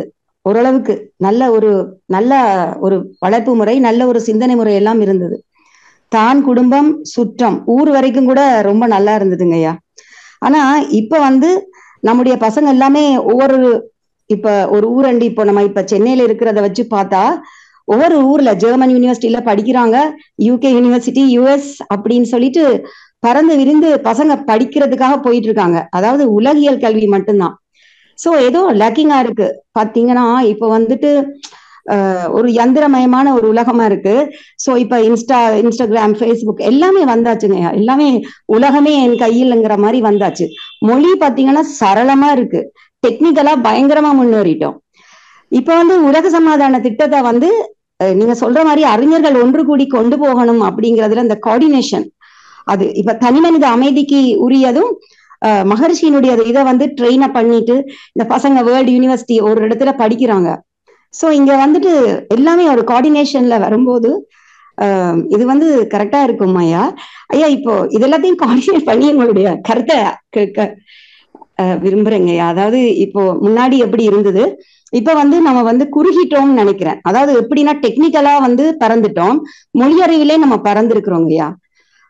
வேர்ல்டு யூனிவர்சிட்டிக்கு போற அளவுக்கு பொருளாதாரம் அல்லது இந்த மாதிரியான குழந்தைகளை வெளியில அனுப்பி நம்ம படிக்க வைக்கணும் அப்படிங்கிற அந்த மனவிரிவும் வந்தாச்சுங்கய்யா. இப்போ என்னன்னா வந்துட்டு பொருளாதாரம் நம்ம மட்டும், அந்த ஒரு பொருளாதாரம் அப்படிங்கிறதும் அந்த ஒரு என்ன சொல்றது, பொருளாதாரத்துல நாங்க மட்டும் எனக்கு மட்டும் பணம் சேரணும் அப்படின்னு ஏதோ ஒரு குறுகிய நோக்கம், அதனாலதான் நம்ம வந்து அப்படி குறுகி இருக்கிற மாதிரி இருக்கு. சோ இப்ப மகரிஷியினுடைய ஒரு அழகான ஒரு தத்துவம் இருக்கு, அது எப்படி எல்லாருக்கும் கொண்டு போகணும். எல்லாரும் நம்ம தனித்தனியா யோசிச்சுட்டு இருக்கோம், ஒரு ஃபோர்ஸ்ஃபுல்லா என்ன பண்ணலாம்? இல்ல இப்ப தனித்தனியா நம்ம யோசிக்கலாங்கம்மா. இப்ப நம்ம கிட்டத்தட்ட வந்து ஒரு 200 பேர் இந்த ஜூம் இணைப்புல இந்த சிந்தனையை எடுத்திருக்கிறோம், சரிங்களா? ஒவ்வொரு உலகம் முழுவதும் இருக்கக்கூடிய மனவளக்கலை அன்பர்கள் இந்த சிந்தனையை எடுத்திருக்கிறோம். இந்த இதுல இன்னும் அதை பத்தி தெரிஞ்சுக்காதவங்க தெரிஞ்சுக்கணுன்றதுக்காகத்தான் முதல்ல நம்ம அளவுல இதை எடுத்திருக்கிறோம். நாளை மறுநாள் வந்து ஆழியார்ல வந்து உலக சமுதாய சேவா சங்கத்தினுடைய இணை இயக்குநர்கள் கூட்டம், பொறுப்பாளர்கள் கூட்டம் நடக்குது. இதுல இன்னும் அடுத்த கட்டத்துக்கு கொண்டு போறதுக்கான திட்டங்கள் பத்தி சிந்தனைக்கு எடுத்துக்கிறாங்க. அது இன்னும் அடுத்த ஆண்டுகள்ல, வரக்கூடிய ஆண்டுகள்ல ஒரு மிகப்பெரிய அளவுல சமுதாயத்துல வந்து மகரிஷியை பற்றியும் அவங்களுடைய பயிற்சி முறைகளை பற்றியும் போய் சென்றடைவதற்கான வாய்ப்பும் சூழலும் விரைவாக ஏற்படும் அப்படின்ற ஒரு மிகப்பெரிய நம்பிக்கை இப்ப உருவாயிருக்கு. இப்ப நீங்க சொன்ன மாதிரி குழந்தைகள் இருக்கிறவங்க வந்து பார்த்தோம் அப்படின்னா விர்ச்சுவல் வேர்ல்டுல இருக்கிறாங்க. அவங்க ஸ்பிரிச்சுவல் வேர்ல்டுல வர்றதுக்கு நாம முதல்ல ஆழமா எண்ணம் வச்சிருக்கணும், சரிங்களா? இப்ப நாம அந்த எண்ணங்களை வைத்திருக்கிறோம். இந்த எண்ணம் வந்து நிச்சயமாக செயலாகும். ஆனா என்னன்னா நம்ம ரொம்ப ஒண்ணு அவசரப்பட தேவையில்லை. இப்ப நாம நம்ம சம்பாதிக்கிற சொத்து பூரா எதுக்குன்னா குழந்தைங்க நல்லா இருக்கணும்னு தான் நம்ம சம்பாதிக்கிறோம். இப்ப நாம செய்ய வேண்டியது என்னன்னா, நான் சம்பாதிக்கிற சொத்து அப்படின்னு சொல்லக்கூடியது என் குழந்தைங்க நல்லா இருக்கணும், நல்ல கல்வியை கற்று உலக சமுதாய சேவா சங்கத்தினுடைய சொத்தாக என்னுடைய குழந்தைகள் மாற வேண்டும். என் குழந்தை வந்து டாக்டர் ஆகணும், இன்ஜினியர் ஆகணும், அந்த எல்லாம் வந்து செகண்ட் பார்ட்டா வச்சுட்டு என் குழந்தை வந்து அருள்நிதி ஆகணும், துணை பேராசிரியர் ஆகணும், பேராசிரியரா மாறணும். அவர் உலகத்துல எந்த நாட்டுக்கு போனாலும் இந்த வேதாத்திரிய தத்துவங்களை கொண்டு செல்லக்கூடிய உலக சமாதான தூதுவராக மாறணும் அப்படின்றத நம்ம குழந்தைங்க கிட்ட அப்படியே கொஞ்சம் கொஞ்சமா சொன்னா போதும். அவங்க எந்த நாட்டுல வேணா போய் நிச்சயமாக வாழுவாங்க, அங்க உள்ள மக்களையும் வாழ வைப்பார்கள். ஐயா, நான் இப்ப என்னுடைய தனிப்பட்ட முறையில பார்த்தா என்னோட ஹஸ்பண்ட், நான் இதுல 2 பேரும் இருக்கோம். என்னுடைய பொண்ணும் எம்எஸ்சி யோகா படிச்சிருக்காங்க. அவங்க ஐடில இருக்கிறதுனால அவங்களுக்கு இதுல இறங்க கொஞ்சம் இதுவா இருக்கு. ஒவ்வொரு மன்றங்களையும் நம்ம டெய்லி உலக நல வேட்பு, பிரம்மஞான பாடல், இதெல்லாம் வந்து ரொம்ப ஒரு இதுவா உலக நல வாழ்த்தெல்லாம் வந்து இப்ப நம்ம இருக்கிற ஏரியால ஒரு குடியிருப்போர் நல சங்கம் இருக்கு. அவங்க ரொம்ப விரும்பி உலக நல வாழ்த்தை வந்து லாஸ்டா என்ன ப்ரோக்ராம் குடியிருப்போர் நல சங்கத்துல நடந்தாலும் உலக நல வாழ்த்து பாடணும் அப்படின்னு சொல்லிட்டு நம்ம எல்லாரும் சேர்ந்து அங்க உலக நல வாழ்த்து பாடுவோம். இதுல வந்து மனவளக்கலை அன்பர்களும் இல்ல, ஆனா எல்லாருமே அதுல வந்து ரொம்ப அட்ராக்ட் ஆகிருப்பாங்க. அந்த பாட்டை பாடுறது, உலக நல வாழ்த்து பாடுங்க அப்படின்ற மாதிரி சொல்லுவாங்க ஐயா. சோ ஏதோ ஸ்லோவா போயிட்டு இருக்கு. நீங்க சொல்ற மாதிரி அடியாறுல நம்ம எல்லாமே சேர்ந்து பண்ணும்போது அது எல்லா இடமுமே இப்போ நம்ம ஒவ்வொரு மனிதர்களும் சிந்திச்சாதாங்கய்யா தான் அப்படிங்கிறது. அடுத்தது குடும்பம், சுற்றம், ஊர் அந்த அளவுக்கு இருந்த மனவிரிவு கூட இப்ப திரும்ப நம்ம வந்து அதை ஏற்படுத்தி இப்ப நம்முடைய என்ன சொல்றது, நம்முடைய வாழ்முறைகள், இந்த ஐடி மாதிரியான சில குழந்தைகளை வந்து அவங்க அம்மா அப்பா பாத்துக்க முடியாம இருக்கு. இப்போ இன்னொன்னு உங்களுடைய இது வந்து ரொம்ப உணர்வுபூர்வமா இறங்கியதுக்கு காரணம், இப்ப அட்வான்ஸ் டிப்ளோமா மாடல் எக்ஸாம்ஸ் போயிட்டு இருக்குதுங்கய்யா.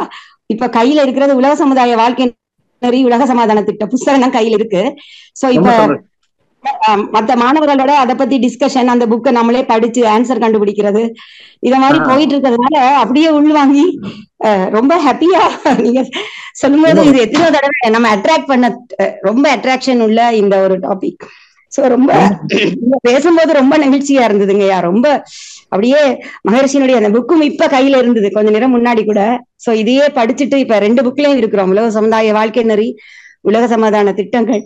அந்த புக்ல வந்து உணர்வுபூர்வமா நம்ம இருக்கும்போது நீங்களும் பேசும்போது இன்னும் ரொம்ப இதுவா இருக்குதுங்கய்யா. இது எல்லாரையும் போய் சேரணும் அப்படிங்கிற ஒரு ரொம்ப நெகிழ்ச்சியோட ரொம்ப குருவினுடைய நினைவுல எல்லாம் நினைச்சு கொண்டு உங்களுடைய ஸ்பீச்சை வந்து ரொம்ப இந்த உங்ககிட்ட இந்த ரொம்ப ஆர்வத்தோட இந்த வினாவை கேட்டேங்க. அவ கேள்விய வாழ்க வளமுடன் ஐயா. வேண்டுகோள் என்னன்னா, இந்த நீங்க அந்த பாடத்திட்டத்துல இருக்க புத்தகத்தை படிச்சிருக்கீங்க, ரொம்ப மகிழ்ச்சிங்கம்மா. அதே சமயம் அந்த மகிழ்ச்சி அவங்க நேரடியாக எழுதின அந்த உலக சமாதானம் புத்தகமும் முழுமையா படிங்க, அதையும் நினைவுல வச்சுக்கோங்க. வாழ்க வளமுடன். நன்றி ஐயா. அடுத்ததாக சமுத்திரக்கனி அவர்கள் வாழ்க வளமுடன் ஐயா கிட்ட பேசலாம். ஐயா வணக்கம், வாழ்க வளமுடன் ஐயா. வாழ்க வளமுடன் ஐயா. சிறப்பா இருந்ததுங்க உங்களுடைய ஸ்பீச், ரொம்ப ரொம்ப அற்புதம். ஏன்னா இன்றைய உலகுக்கு ரொம்ப ரொம்ப முக்கியம் உலக சமாதானம். அதை ரொம்ப வலியுறுத்தி 4 தலைப்பாக பேசியிருக்கீங்க, ரொம்ப ரொம்ப அற்புதங்க ஐயா. என்னன்னா இப்போ இந்த உலக சமாதானங்கிறது இளைஞர்கள் கையில கொடுத்தா இன்னும் கொஞ்சம் வேகமா விரிவடையுங்கிறத நான் இது மூலியமா சொல்லிக்கிறேன். ஏன்னா இப்போ இன்னைக்கு ஆழியார்லயோ இல்லை துணை பேராசிரியர் பயிற்சியிலேயே பார்த்தீங்கன்னா எல்லாருமே பார்த்தீங்கன்னா ஒரு 60 வயசுக்கு மேலே இருக்கிறவங்க தான் அதிகமாக வராங்களே தவிர இளைஞர் கையில் இன்னும் போகலை சார். இளைஞர் கையில் இன்னும் இதை கொடுத்தா நிறைய ஊக்கம் கிடைக்கும். அவங்க இன்னும் சீக்கிரமா இந்த உலக சமாதானம் உலகம் முழுவதும் பரவுங்கிறது நான் இது மூலியமா சொல்லிக்கிறேன் ஐயா. என்னுடைய இன்னொரு கேள்வி இருக்கு. என்னன்னா, இப்போ நான் ஆழியார்லயோ நம்ம இதுலயோ அதாவது போதை பழக்கம் இருக்கிறவங்களுக்கு மறுவாழ்வுக்கு பயிற்சி கொடுக்குறோம். ஆனா வந்து ஹேண்டிகேப்டு இருக்கிறவங்களுக்கு பயிற்சி கொடுக்கறது இல்லை.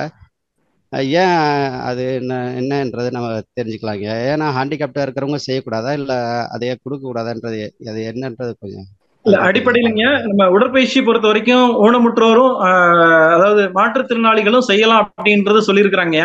அவங்க வந்து ஆசிரியர் அப்படி பயிற்சிக்கு வர்றதுக்கு மட்டும்தான் அது வந்து தகுதி மேம்பாடு இருக்கணும்னு சொல்லியிருக்கிறாங்க. பயிற்சி எடுத்துக்கிறவங்க வந்து பார்த்தோம் அப்படின்னா மாற்றுத்திறனாளிகளும் எடுத்துக்கலாம். அங்க வாய்ப்பு வசதிகள் வந்து பாத்தீங்கன்னா நம்ம மன்றத்துல எடுத்துக்கலாம். ஆழியார்ல உள்ள வாய்ப்பு வசதி அந்த அமைப்பை பொறுத்து வந்து பார்த்தோம் அப்படின்னா அந்த ரெஸ்ட்ரிக்ஷன் வந்து பர்சன்ஸ் வந்து எண்ணிக்கை வந்து குறைவா அனுமதி செய்வாங்க.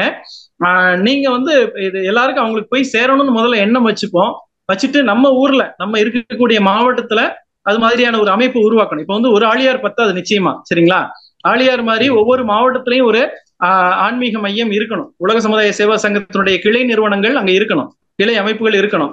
அப்ப அந்த இடத்துல வந்து நீங்க சொல்ற இவங்களுக்குன்னு ஒரு தனி வாய்ப்பு வசதி இருக்கக்கூடிய இடமா இன்னி நம்ம கட்டக்கூடிய இடங்களை நம்ம செய்யணும். அதை நம்ம நீங்க ஆழமா எண்ணம் வைங்க. ஆழியார்லயும் அந்த வாய்ப்பு வந்து மிக சீக்கிரமா வரும். அவங்களுக்கு வந்து அந்த எண்ணிக்கை கூடணும் அப்படின்ற எண்ணம் வைங்க, நிச்சயமா வருங்க. கண்டிப்பா, நன்றிங்க. நான் வந்து அகம்னு ட்ரஸ்ட் வச்சிருக்கேன் ஐயா. நம்ம மணவளக்கலையில நான் 20 வருஷமா ஆசிரியரா இருக்கேன். அகம்னு நான் ட்ரஸ்ட் வச்சு நடத்திட்டு இருக்கேன். அதுல வந்து போதை பொருள்ல இருக்கக்கூடிய மாணவர்களை கூப்பிட்டு வந்து கூட நம்ம பயிற்சி கொடுக்குறோம்.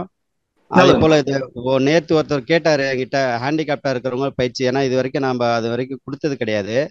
நேற்று ஒரு நண்பர் ஒருத்தர் கேட்டாரு, பயிற்சி கொடுக்கலாம்ல சார் அவங்களுக்கு? என்ன எல்லா பயிற்சியும் குண்டலினி யோகம் தான் பயிற்சிங்க. சரிங்களா? குண்டலினி யோகம் தான் பயிற்சி. அடிப்படையில உடற்பயிற்சி என்பது அந்த உடல் தகுதியாகணும் அப்படின்றதுக்காக கொடுக்கப்பட்டது.